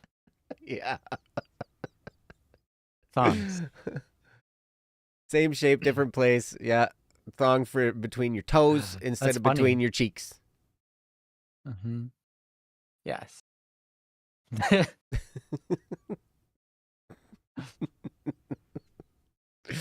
I love this conversation we're having. It's such a great Don't Worry Wednesday. Oh my Wow. gosh, you guys are What a great. weird Don't Worry Wednesday, huh? Well, you guys didn't give a stop. Well, sorry. Mianglios, you did amazing today. And thank you for your topic. Sorry, we kind of went off. We didn't even say thank you for the topic. We never said we finished it, but we did. Yeah, thank you for the topic. Yeah. Names get weird. We call them pickups. You call them oots. What, like a pickup truck? Yeah. Okay, so a pickup truck and a ute are slightly different, but if you were to just look at them, you would think they were the same. But like, if you grew up in America with pickup trucks, and then you look at a ute, you're like, man, that's a funny shape.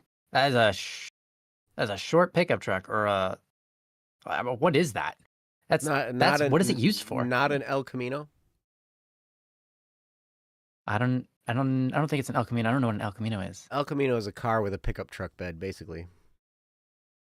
Oh, yeah, it kind of feels a bit like that sometimes. Yeah. It's a funny shape. Yeah, it isn't a bad shape. I'm not saying it doesn't work better. I don't know.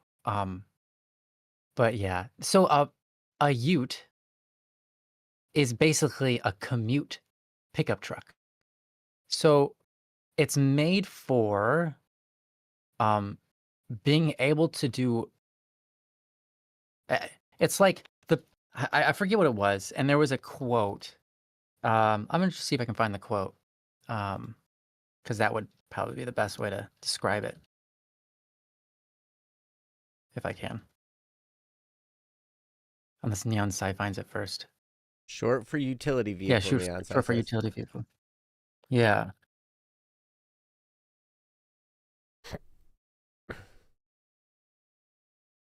What am I looking for? I don't know. What are you looking for? If you're looking for Ryan, he's right there. Okay. According to the widely told history of the Australian ute, a coupe utility is what it's called. A farmer's wife from Gippsland, Victoria, wrote to Ford, Australia in 1932 or 1933, asking for a specific type of vehicle. She famously asked for a vehicle that we can use to go to church on Sunday without getting wet, and that my husband can use to take the pigs to the market on Monday. That's it.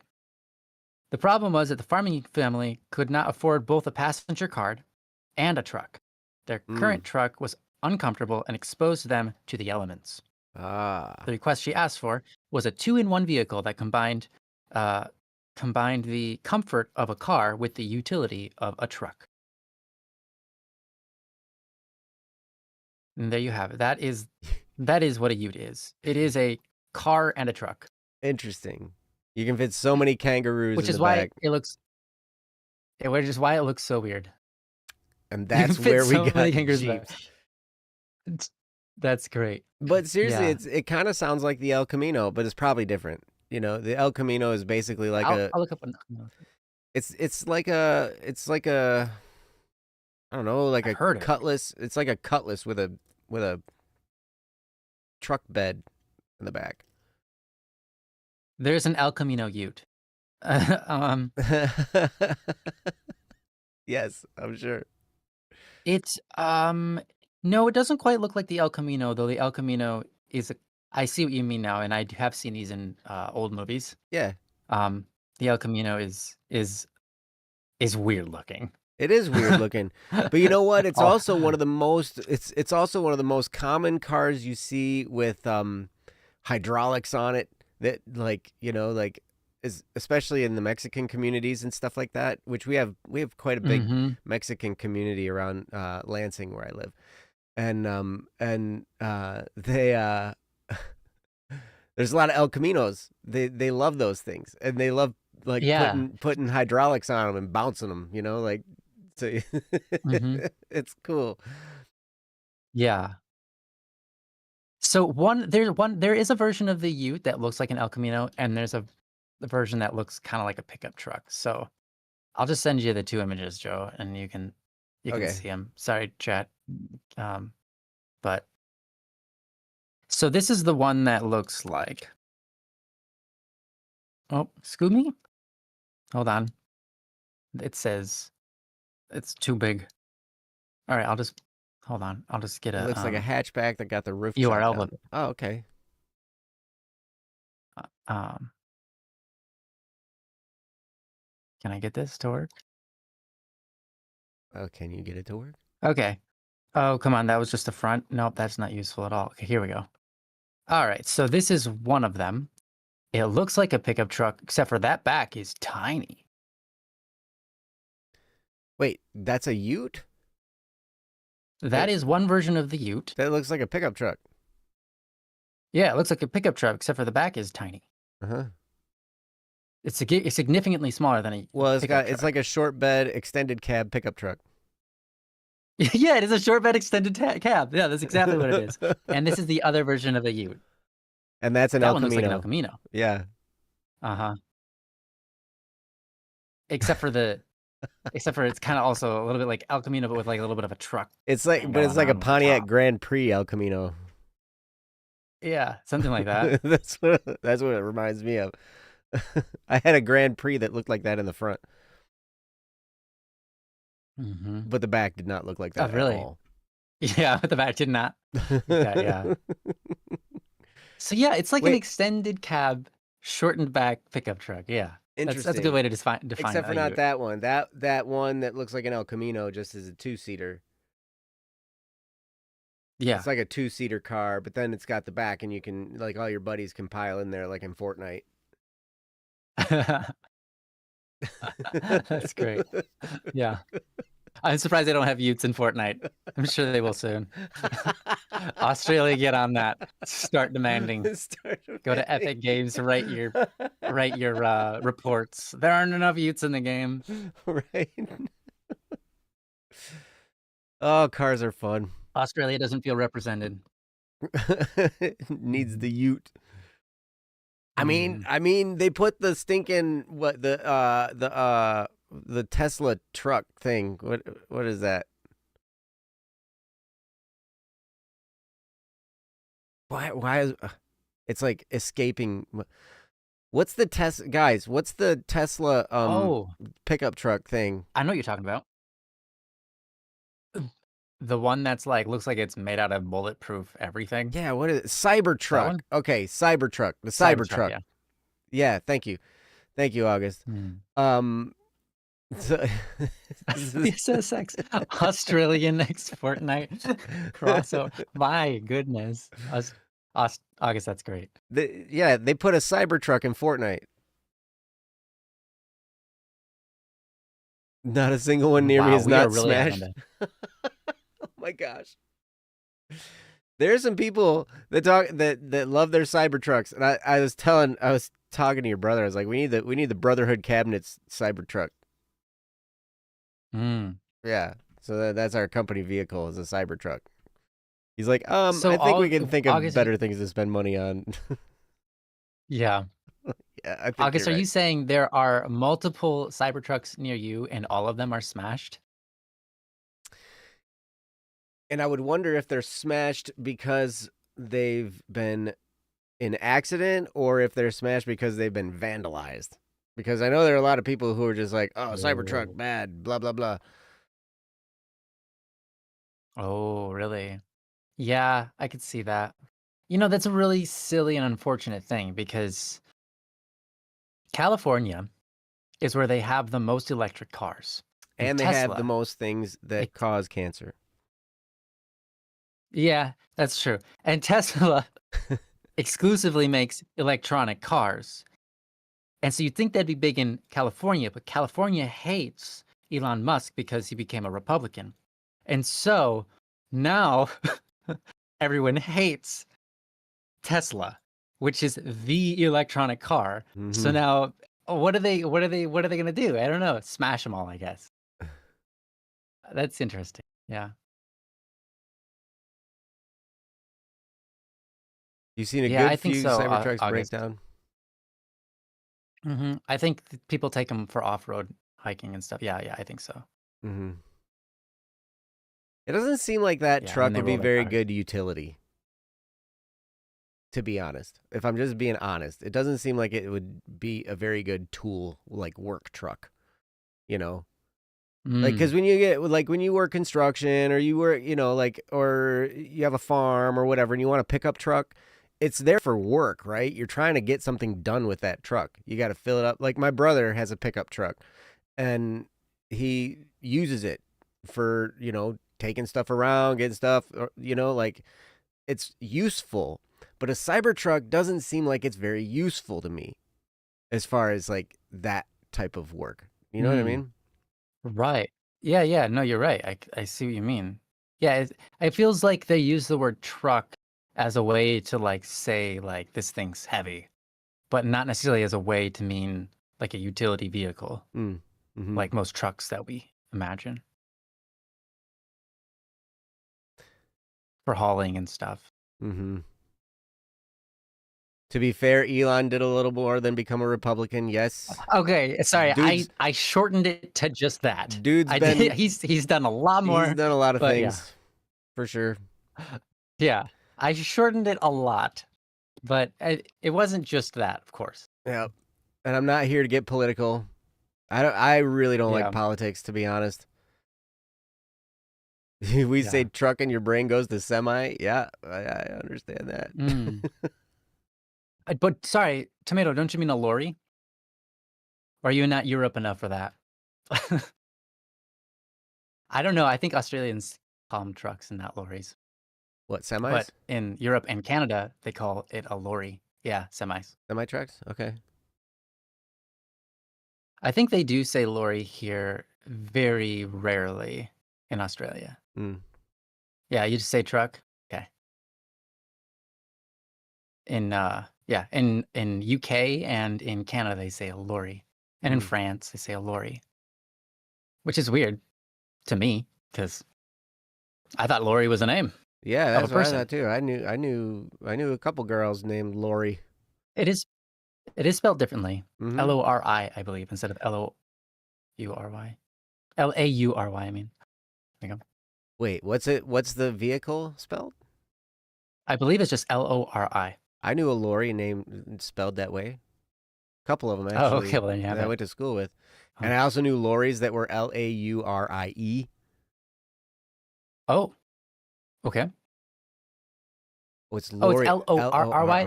Okay, sorry. Interesting. Or it's that is different. Lrrey with an E or without an E. I gotcha. I've never met a person with Lori spelled like either of those. Yeah, those are both different.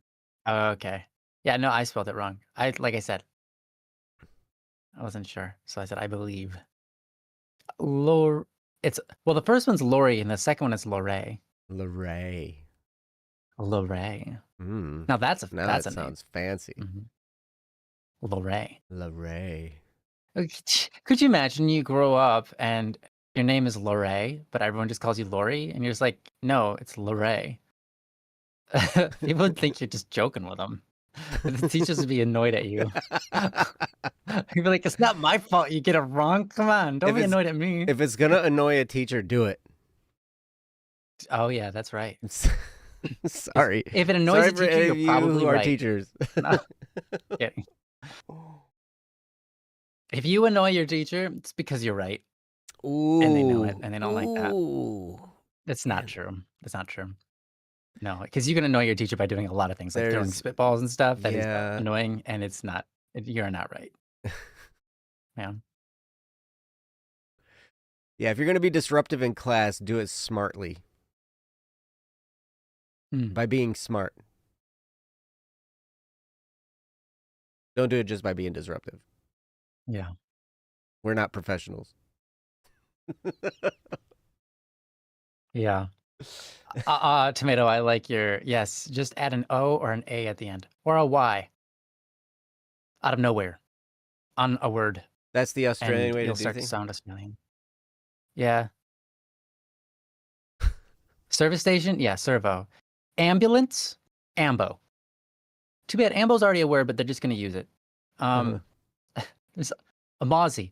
A mozzie. This one is silly to me. Just guys, can you guess, Joe, what a mozzie is? No, but I want to say hi to Tef because I haven't seen Tef's name come across here in a long Tef! time. Oh my gosh, Tef Manau. Hey, Yeah. Tef, I love you. I hope you're doing awesome. Tef says, don't annoy Do not your annoy teacher your on teacher, purpose. yes. They have it tough enough dealing with children. You're absolutely right. That's true. Very, very true. And Kendra, you're right too. You know, don't disrupt at all. You appreciate no disruptions as a sub. But and being a sub is extra tough too. Yeah. I know. But okay. And Jimmy, hey, that's a pretty good guess. Jimmy. It's not a helicopter. Jimmy. Jimmy. Is that the right amount of J? Yeah, Jimmy. Jimmy. It Yeah, so is what's a mozzie? Is it a mosquito? Yes, it is. Oh, you just froze. I don't know how mosquito went to mozzie. The O is pronounced different. Oh. I guess mosquito, mozzie. I don't know how it happened, but I don't know how most things happened in getting from the pronunciation to how Australian pronounces it. But yeah, a mozzie is a mosquito. That one's weird to me. Or at least the first letter is the same. Yeah, and the second. First two. Yeah. There aren't Z's in mosquito. There is an I in mosquito, right after the QU. There's no I in mozzie, is there? Oh, IE. Yeah, it's not a Y. I assumed Y at the end. Yeah. Mozzie. Yeah. Yeah. So just add an E, O, or A at the end of your sentences, but not too much A, or you'll start to sound Italian. Nah, drink soda or alcoholic. I say neither. Cook some bacon, dump the grease in a cup, let it cool down just a little bit. Drink that. Bacon grease. Wow. Actually, no, I don't recommend that. It does taste good, though. It does taste good. Don't recommend it. I don't recommend it, but it does taste good.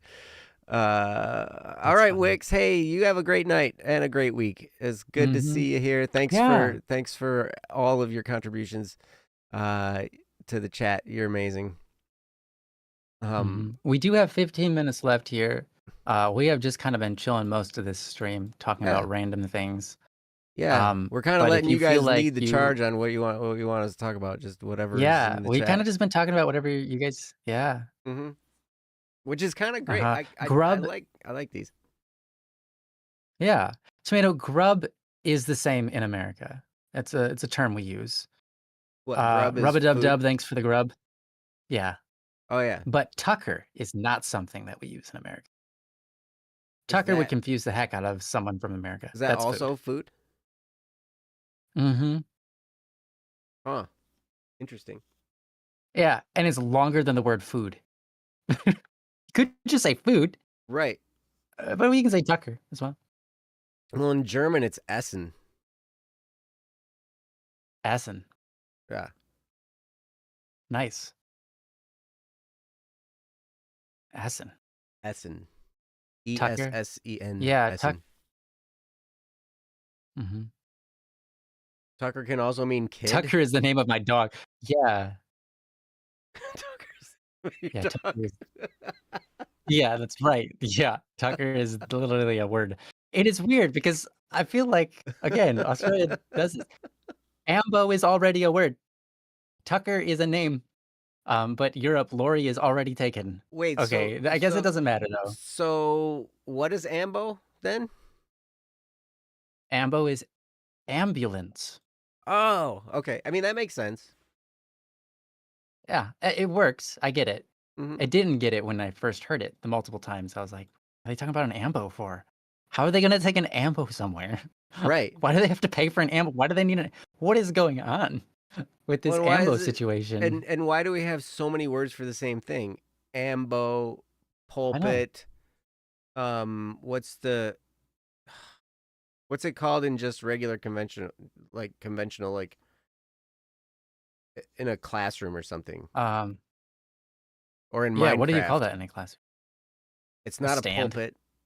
Lectern. Thank you, Jeff. Lectern? Yeah. Yeah, stand, I said as well. Mhm. Some people just call it a stand. They have different uses, so they have different names, even though the shape is very similar or exactly the same. I think that's the difference, is what it's used for. I see. Mhm. Well, it's an ambo in a Catholic church and it's a pulpit in a Protestant church. Oh, really? Well, that's interesting. Well, oh, wait, but they're used differently. Because in a Catholic church, an ambo is specifically used for reading from the Bible. At a Protestant church, do they only read the Bible, or do they do other stuff there too? Not that they only do that. That's true, because even in a Catholic church, people use the ambo to do stuff. But Hey, I've heard priests more say, times "Hey, if than you've got a go ahead. like," I've heard the yeah, I've heard the priest say, if you're going to use the ambo, you're not supposed to use the ambo if you're talking about like meetings or what we're supposed to do after church, whatever. The ambo is not made for that. I've heard a priest or someone like that A say priest or that someone like a and priest, defer someone someone who to plays a priest on someone. I've TV. heard someone giving counsel to somebody. I've heard someone giving counsel to another person to not set up, not walk up the ambo to give their speech that they had. They shouldn't go to the ambo because the ambo isn't made for those kinds of speeches. They should just Where do they do stand where that they are then? and give it or walk up somewhere else. Yeah. That's where the microphone is most of the time, unless you're going to hand somebody a That is where microphone. yeah. Yeah, I think they handed him a microphone. And they said, "You can just do it from your chair." I don't I know. think it was a really, really strict person though, who Yeah, was that seems ordering. like a subjective thing because every church I've been to, and I've I been to a know. lot of them, like Mhm, everything's done at the ambo, whether it's the readings, the homilies, or the announcements, or whatever, all of it, mhm. except for I one. don't remember who it was because I was a child, but I remember I think it was Grayling, Michigan and our priest was crazy strict. Like, Okay, knew every rule and practiced it, you know? even made some up, So, yeah, hopefully. even invented some rules. Uh-huh. Yeah. Sorry, so you were gonna say except for one. Yeah, but that's because the priest did it all, and he did it with his wireless mic. And he just didn't stand at the ambo to Oh, do that. But sure, um, sure. but other people would make Mhm. announcements at the ambo. Yeah, yeah. Wait, Arvo for Arvo? afternoon is a weird one. Yeah, I agree. I don't know how that happened. After noon, Arvo. Arvo. The uh, uh even the first letter sounds different. We don't say afternoon. Zgarn? Zgarnon? Zgarnon. Yes, yeah.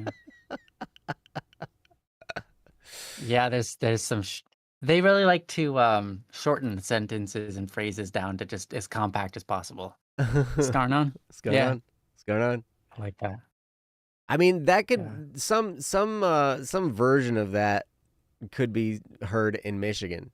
You know, in Michigan, it's just sounds a little bit different. Excuse me, but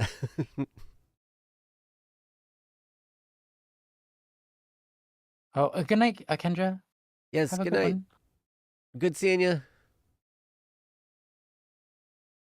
What's going on? Mm-hmm. I don't know what other kind of lore is there. Man, we've done our lore a Party. Yeah. bazillion times. Michigan lore, you guys probably all know about all of it because we've talked Yeah. about it. Yeah. We talked about the Coney dogs. We talked about all that. Mm-hmm. I'm liking Coney dogs learning all has to be. this Australian lore. This is kind of cool. Is yaka? I'm just gonna assume it's someone who talks a lot. A yacker. They're yakking. A bit of hard A yaka. hard yaka. Bit of hard yaka. No, I don't know what that one is. I think I heard that one once, but I don't know what it Hard is. work. Okay. Work. How does?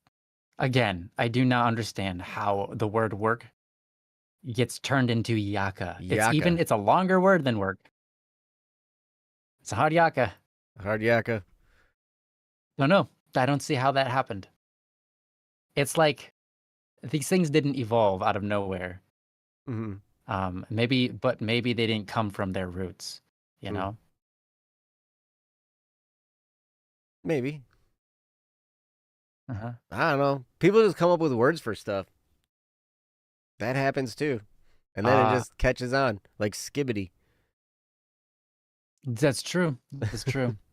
That's where I think some of these came from, like yaka. Skibbity Ohio doesn't come Riz. from the word work. It just someone started saying it and like, oh yeah, it means work, you know. And then it caught on and everybody started using it. Yep, and it just stays put, and then it goes on for centuries. And then they're like, what does that mean? And then why does that mean that? Yeah, that's dumb. Yeah, there's plenty of that. Etymology's fun, but yeah, it's wild. August, you don't have to be okay with doing the onsen thing. I get it that onsen? Yeah. You said I've been struggling with considering onsens. That's like a public what do you call that?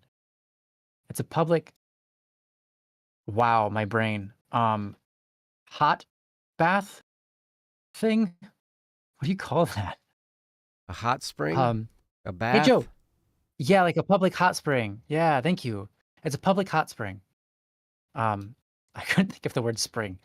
But anyways, in Japan, it's called an onsen.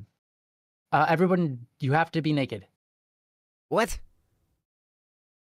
You have to be naked. That's the rule? Because otherwise yeah, and you have to shower beforehand because you don't want to pollute the hot spring with your clothing and your detergent on your clothing or your skin and the soap on your skin, etc. So you have to take a shower before using onsen. You have to be naked, and then you can use it. Whoa. They have most onsens have a women's and a men's, but some of them are by whatever you call that, except both. They're yeah. I keep wanting to say codependent, but it's not that. It's cohabitant.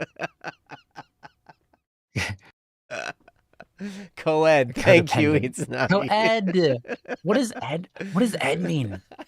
What is co-ed? So everyone's saying co-ed. What is coming ed? up with the right words. I'm coming up with all kinds of weird like stuff.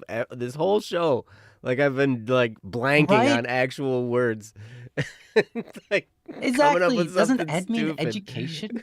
Co-ed.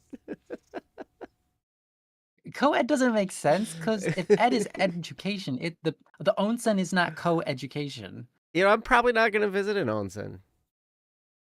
Yeah. Probably not. In August, it's okay if you can't get behind it.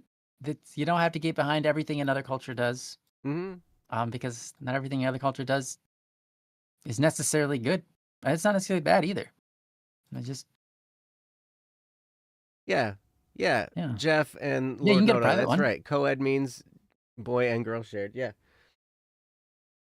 What's the ed mean? Co-ed.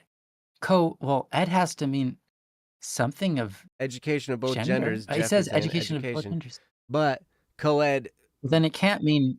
But it just kind of like so it meant that originally, right? Like, so we're going to school, it's co-ed school. And so like, that means that there's male and female there, Got it. right?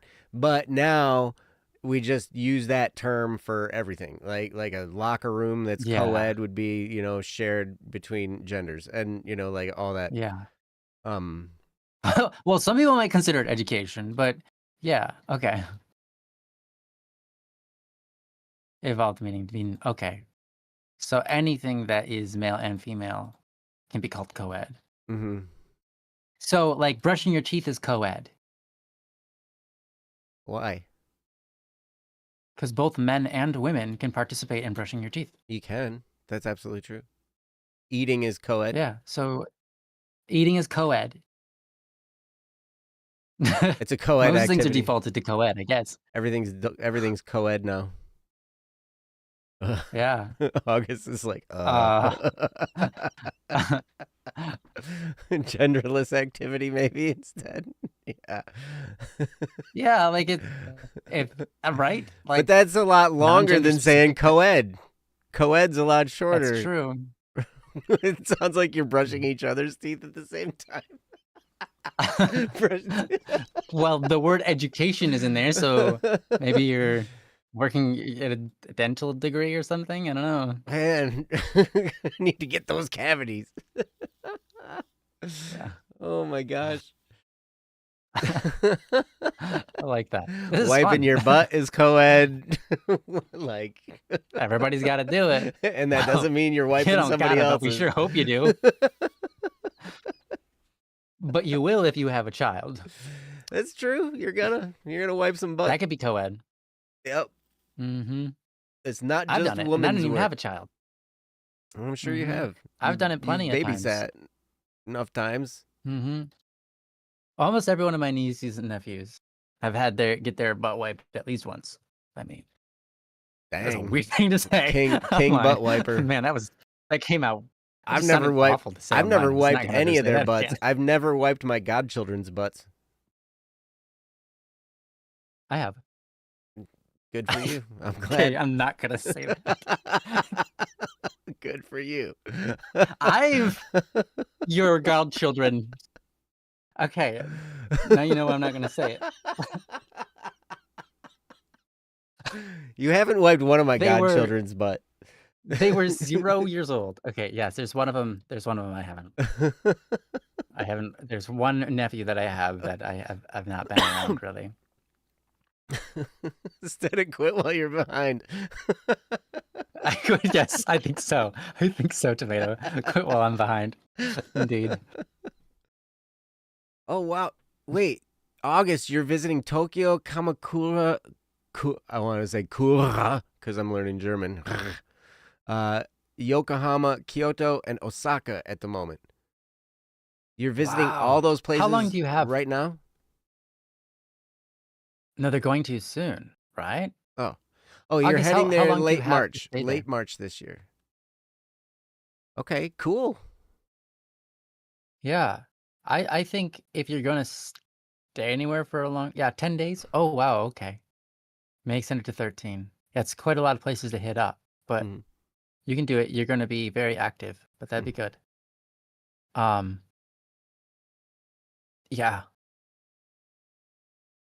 There's a lot of fun to be had.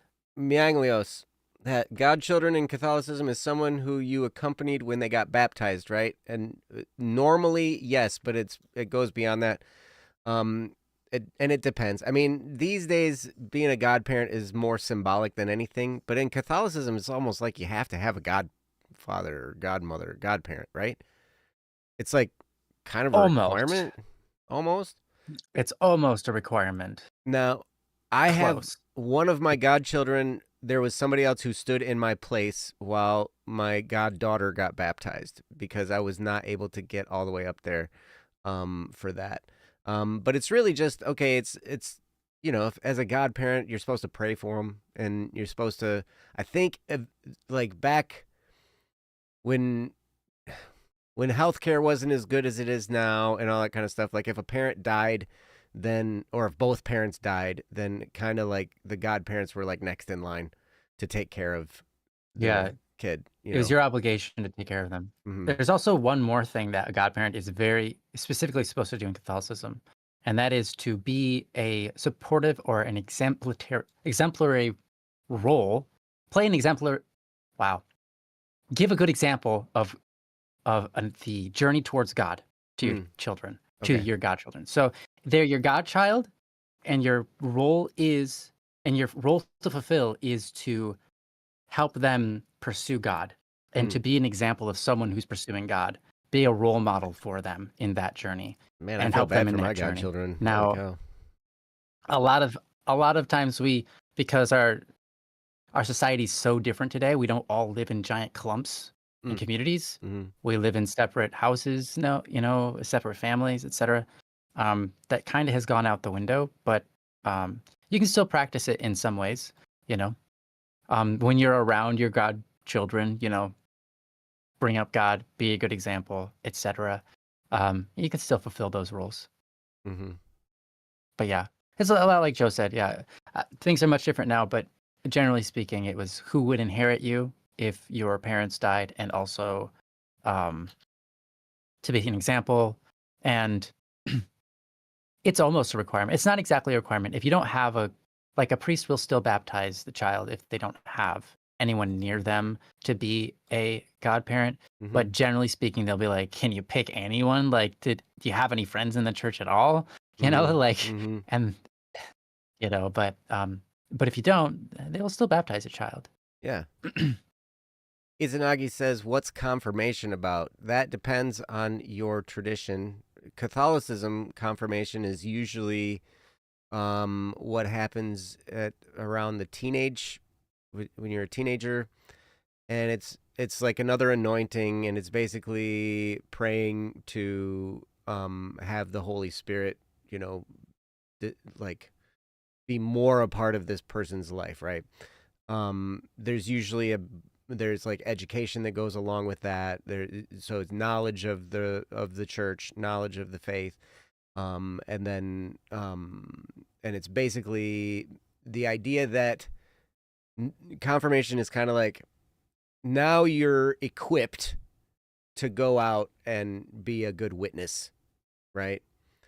So there's education that happens, and then an anointing of oil and the Holy Spirit and whatnot, and that's basically Mhm. confirmation in Catholicism. Jeff That's has a really good way to break it down. yeah, I mean that's a really that's a way oversimplified thing, right? Yeah. But like there's a whole bunch of theological stuff that goes into confirmation. If you're Orthodox, they do so okay. In Catholicism, they do baptism at birth. They do first communion when you're around like 7 years old, and then confirmation when you're like 14, 15, 16, something like that, right? That's the hmm general way Obviously, in you can enter the Roman church at any Catholicism. time later in life Yes, yeah, and go obviously. through all processes, You can get but all of like them. even as an adult. Yep. If you're hmm Orthodox, in the Orthodox churches and in some of the Eastern Catholic rites, not just the Roman Catholic, but in the Eastern rites like Melkites, there's a handful of them. They do baptism, first communion, and confirmation at birth. And you're like, how does a baby take communion? How does a baby receive communion? And They because do it. in the Orthodox churches, they have this little spoon, and they put bread in the wine, and like they dump it from a spoon into everybody's mouth. That's how they serve communion in these churches, in some It's of these called traditions. tincture, I believe. Intinction is when you dip the Oh, bread intinction. in the wine, and that's how you do that, right? So yeah, but no, what they usually do is they'll have the spoon, and they'll just like basically drip a little tiny drop on the mouth of the infant. Is kind of how they do the Okay. first communion. And I think there's a few of your nieces that in the church that they were in, they were doing first communion and confirmation at the same time. It's, you Yeah. know, you can do that, but it's It's not very common. Um it's Sippy cup. dependent. Like even there's some leniency towards each church and how they want to within Catholicism um, form those ceremonies and at what times. But I think the general idea is confirmation is like you said, Joe. It's the thing that the church is saying. Okay, yeah, now you're equipped enough that we've confirmed that we trust you to go out and share the gospel. We trust you to go out and be a good representative of what the church stands for. You're equipped with enough understanding that you can communicate it. Before Mhm. then, and especially like you have to imagine a lot of these came up thousands, like 2,000 years ago. A lot of these were kind of invented or being invented like 500 years later. Mhm. But it's kind of like in the beginning, you have all these people of all different cultures, all different religions changing to become Christian, and they're like, okay, guys, you have a lot to learn. There are so many things to learn, and you have so many things to adapt and change the way you live. Because there were a lot of things that were just in our culture today are just normal, but because we kind of all mostly live in a Christian culture, but back then it was very different. And so they had to learn all this, and the church wasn't confident in looking at someone and saying, well, we've baptized you, so go ahead and share everything, and be that experience for other people so they know what a Christian looks like. They said, okay, we baptized you, but there are some things, like there's a lot that you still need to process and learn and grow from. We're all in that journey, but you're at a particular point in your journey where what we want from you is to just sit tight, learn as much as you can, soak it in, and then we'll say, yes, okay, eventually we'll say, yes, you're absolutely, you're equipped, you know what you're talking about now, go ahead. Now you can go out and communicate and be an example in the world. So that's kind of where it came from. So we kind of still do that today, but I think it's much less. We don't really, yeah. Yeah. The church can kind of just do it whenever they want. Yep, that's true. Jeff, they get to decide when someone's ready. Right. Jeff is talking about Methodism. Vibe here a bit before spreading the gospel. That's a good way to put it. Tomato. Yeah. I grew up Methodist. I was never confirmed. I was never baptized. In in the Methodist church. I did receive communion, but it wasn't like Catholic communion. It wasn't the Eucharist. So communion is all symbolic in Methodist church. But and yes, there are bishops. It's basically it was interesting how Methodism sprouted out. It was basically like Henry VIII created the Anglican Church, the Church of England, and it's also the Episcopal Church in the United States. And then I forget the guy's name, Wesley. Wesley, who founded Methodism, kind of took a few steps back toward Catholicism and created his own church, right? So it's kind of it was a really weird, John Wesley on the middle ground there. Yep. It's interesting. I learned a lot about religious history, at least in Christian religious history, and all the different splits and everything that's happened over the last 2,000 years. It's been crazy. Now I'm learning even more about other religions, Buddhism, Hinduism. I learned about Church of Latter-day Saints. I learned about there's a lot of religious history that I've learned about. It's an interesting topic, but it's also very dense. Oh my gosh, there's so much in religion. Partly because it's, as old as human history. There have been religions since man was man, right? That's right. Crazy. Yes, that's right. Yep. So, August, I agree with Lucent as well. I'm much more up for that. Feels more fun when you just kind of go somewhere and you explore and you find like a little place and you're like, oh, this was great. This is a great experience, rather than planning everything out. But they both have their benefits. I don't know. Have you guys ever been on a vacation that was like crazy where you had this tyrant of a person that had this itinerary? And you everybody knows that's the worst. That's why except for the person that is that person. Right. That's why I like there's all these like, you can get in a group with whatever church to go to the Holy Land or whatever, or go to Rome. And it sounds like a great idea at first. And then I'm always just like, I'm going to be in a group and there's going to be this itinerary and they're going to be like, okay, everybody's going to be into the bus at 6 a.m. and we're going to go to do this and we're going to stand there for 15 minutes and we're going to look at it. And then we got to quick and leave and go over to here and do this thing. And then we got to quick and we're going to eat this whatever food and blah, blah, blah, blah, blah, blah, blah. And to me, it's just like, I'm on vacation. Yeah, it's always like, okay, shuffle through. Okay, next site. It's like you can't fit everything in. Let's just pick a couple of things and do them right. I agree. Like, it was funny. I'm planning a trip to Germany, right? And I have friends and friends that have things that they want to do with me. And I'm like, okay, great. I will tell you, if I'm on a vacation, I'm probably going to spend some time sleeping because I will need to catch up on sleeping. Yeah, and the time zone's gonna be much different. So Uh-huh. yeah. Yep. Oh, wow. You've been on a vacation where a person refused to be all the places you wanted to be? That is just as difficult, I can imagine. Oof. Yes. Oh, Yes. yeah. Well, yeah. That's not fun. Yep. But, I mean, but there's stuff you want to do when you go to a place, right? It's just a Mm-hmm. matter of, hey, let's just keep it relaxed. Let's not Yeah. have, oh my gosh, like, I just don't like itineraries that are super packed. It doesn't sound Yeah. enjoyable. It doesn't sound like a vacation anymore. It sounds like a project, you know? Yeah. And yeah. And yeah. If your vacation sounds like you're gonna need a vacation after it to go, to unload the stress. Like if going home from your vacation feels like, oh, finally now I get to have a vacation Uh-huh. for a day and go back to work. Like, Yeah. yeah, that's not great.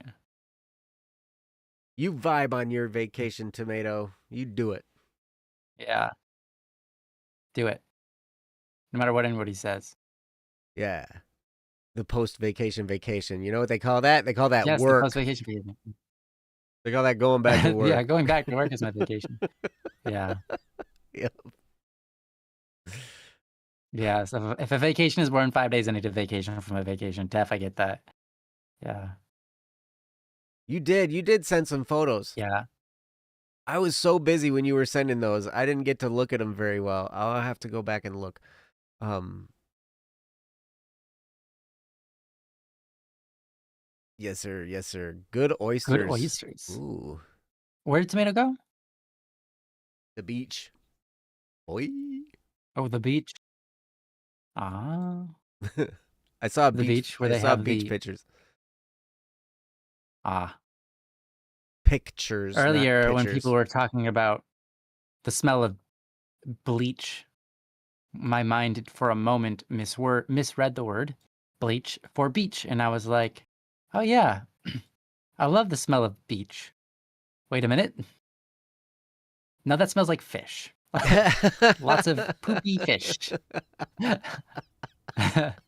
Like, not a That's fan of the Great smell of Lakes beach, beaches, though, not the actually. ocean. The ocean smells like salt water. Oh, the ocean smells like dead fish and salt water. Yeah. I mean, you kind of get that, I guess, Yeah, no matter what. yeah, yeah, So, Tomato went on a trip around the Vic yeah. and It's true. NSW. What's that? Victoria and New South Wales New coast. South Wales coast. I gotcha. Okay. Hmm. Yeah, I'd like to visit Australia sometime too. Yeah, There's a lot of places I'd like I to agree. visit. Listen, everyone's got to have their battery recharged, and the vacation can be draining for Mm-hmm. people's batteries, Mm-hmm. you know, um, because those activities, they're not your normal activities. And if you're in a group of people and that group, or even in general, if groups, use your battery up a lot and really fast, then yeah, you need alone time. Um, or at least one-on-one time with somebody that feels like alone time, Uh-huh. um, but everybody's battery is different. Some people they get supercharged when they're in a group of people, and that's when their battery feels like, finally, I got to be with a group of people, and I could feel energized again. I'm no longer drained. Mm-hmm. Man, when I'm by myself, I just get drained. Some people are like that. Sure. So um you gotta kind of figure out with your group how to handle that. Mm-hmm. Maybe if that's even something that you feel confident talking to your group about. You almost started a bushfire during your trip. Oh no, Dang. Well, I'm glad you that's didn't, I guess. awful. 'Cause that Yeah, could have. it's that time of year. There's always a fire somewhere Yeah. And it's in dry down there too, Australia. isn't it? So, like, Hmm. like, once you get started, it's going. Yeah, it's basically a desert with some trees, which doesn't sound like Yeah. a desert, but it is. Well, I mean, the Sonoran Desert in the southwest United States is a desert, but it's got a lot of vegetation too, cactuses, Yeah, and like true. depending on the Yeah, season, there's a lot of vegetation. Now the Sahara Desert, from what I've seen in pictures, that's mostly just sand. But sand with a couple of cacti every 100 miles. Lord Noda, you could be in Michigan. It's supposed to be we have a high of 2 degrees Fahrenheit, which I don't know what that is in Celsius. Let me look. That's cold in It is Celsius. I know cold. that. It is cold, man. Been That cold is around negative here. 16. -16 for a high on The high Friday. is negative That's the high 16. temperature. Wow. -16 Celsius, Yeah. dude. Oh, it sounds colder than. Hmm. Yeah. Sounds even colder when you say it that way. Yep, it does. But all right, hey, it is 10:18. We've done it. We thank you. Oh my gosh, it's time to wrap it up. But thank you guys so much for being here. Um, you don't think you could cope? Yeah, I'm gonna have trouble. I promise. But you'd be fine. You'd be amazed at what you can survive for short periods of time. Yeah, that's a way to put it. You'd be amazed what you can survive for short periods of time. Yeah, yeah. Why do people live in Michigan during the winter at all? Like, okay, Yeah, sorry, go on. This that's is true. funny. Thank you guys so much for hanging out with us. We love you guys, and it was great. We didn't have any topics, but we managed to did. keep Well, we Yankees. you can survive in an oven for a short period of time. You're absolutely right. I like shows like this where we're Thanks. just kind of hanging out with the chat. You guys were having a conversation. I love that. But if you do have a topic, you can go to don'tworrywednesday.com, submit it there. We'd be happy to discuss whatever it is you have going on in your lives. Again, we're not professionals. We're not psychiatrists or counselors or dietitians or attorneys or anything like that. But we do love you guys, and we want to help in any way we possibly can, and have a good time with you too. That's one of the beautiful parts about having you guys in the chat. You guys are so great, and we love spending that time with you. So, yep, you're right, Jeff. -11 for a low. Yeah. Last I checked, it was -10. Now it's -11. That's great. But And negative 24 Celsius. That's crazy. it's so cold. It's bitter cold. Yeah. But Hey, yeah, at least it's not negative 40 F because I remember that day. yeah. It's so Couple of cold. days. It's so cold it doesn't snow. And if it's windy, oh my gosh, True. worse. But Yeah. anyway, thanks you guys so much for Ooh, being here. so bad, man. We will see you next week on Don't Worry Wednesday. Until then, take really good care of yourselves and the people around you, and we love you. We'll see you next week right here. Take care, you guys. Bye now. Peace. Bye-bye.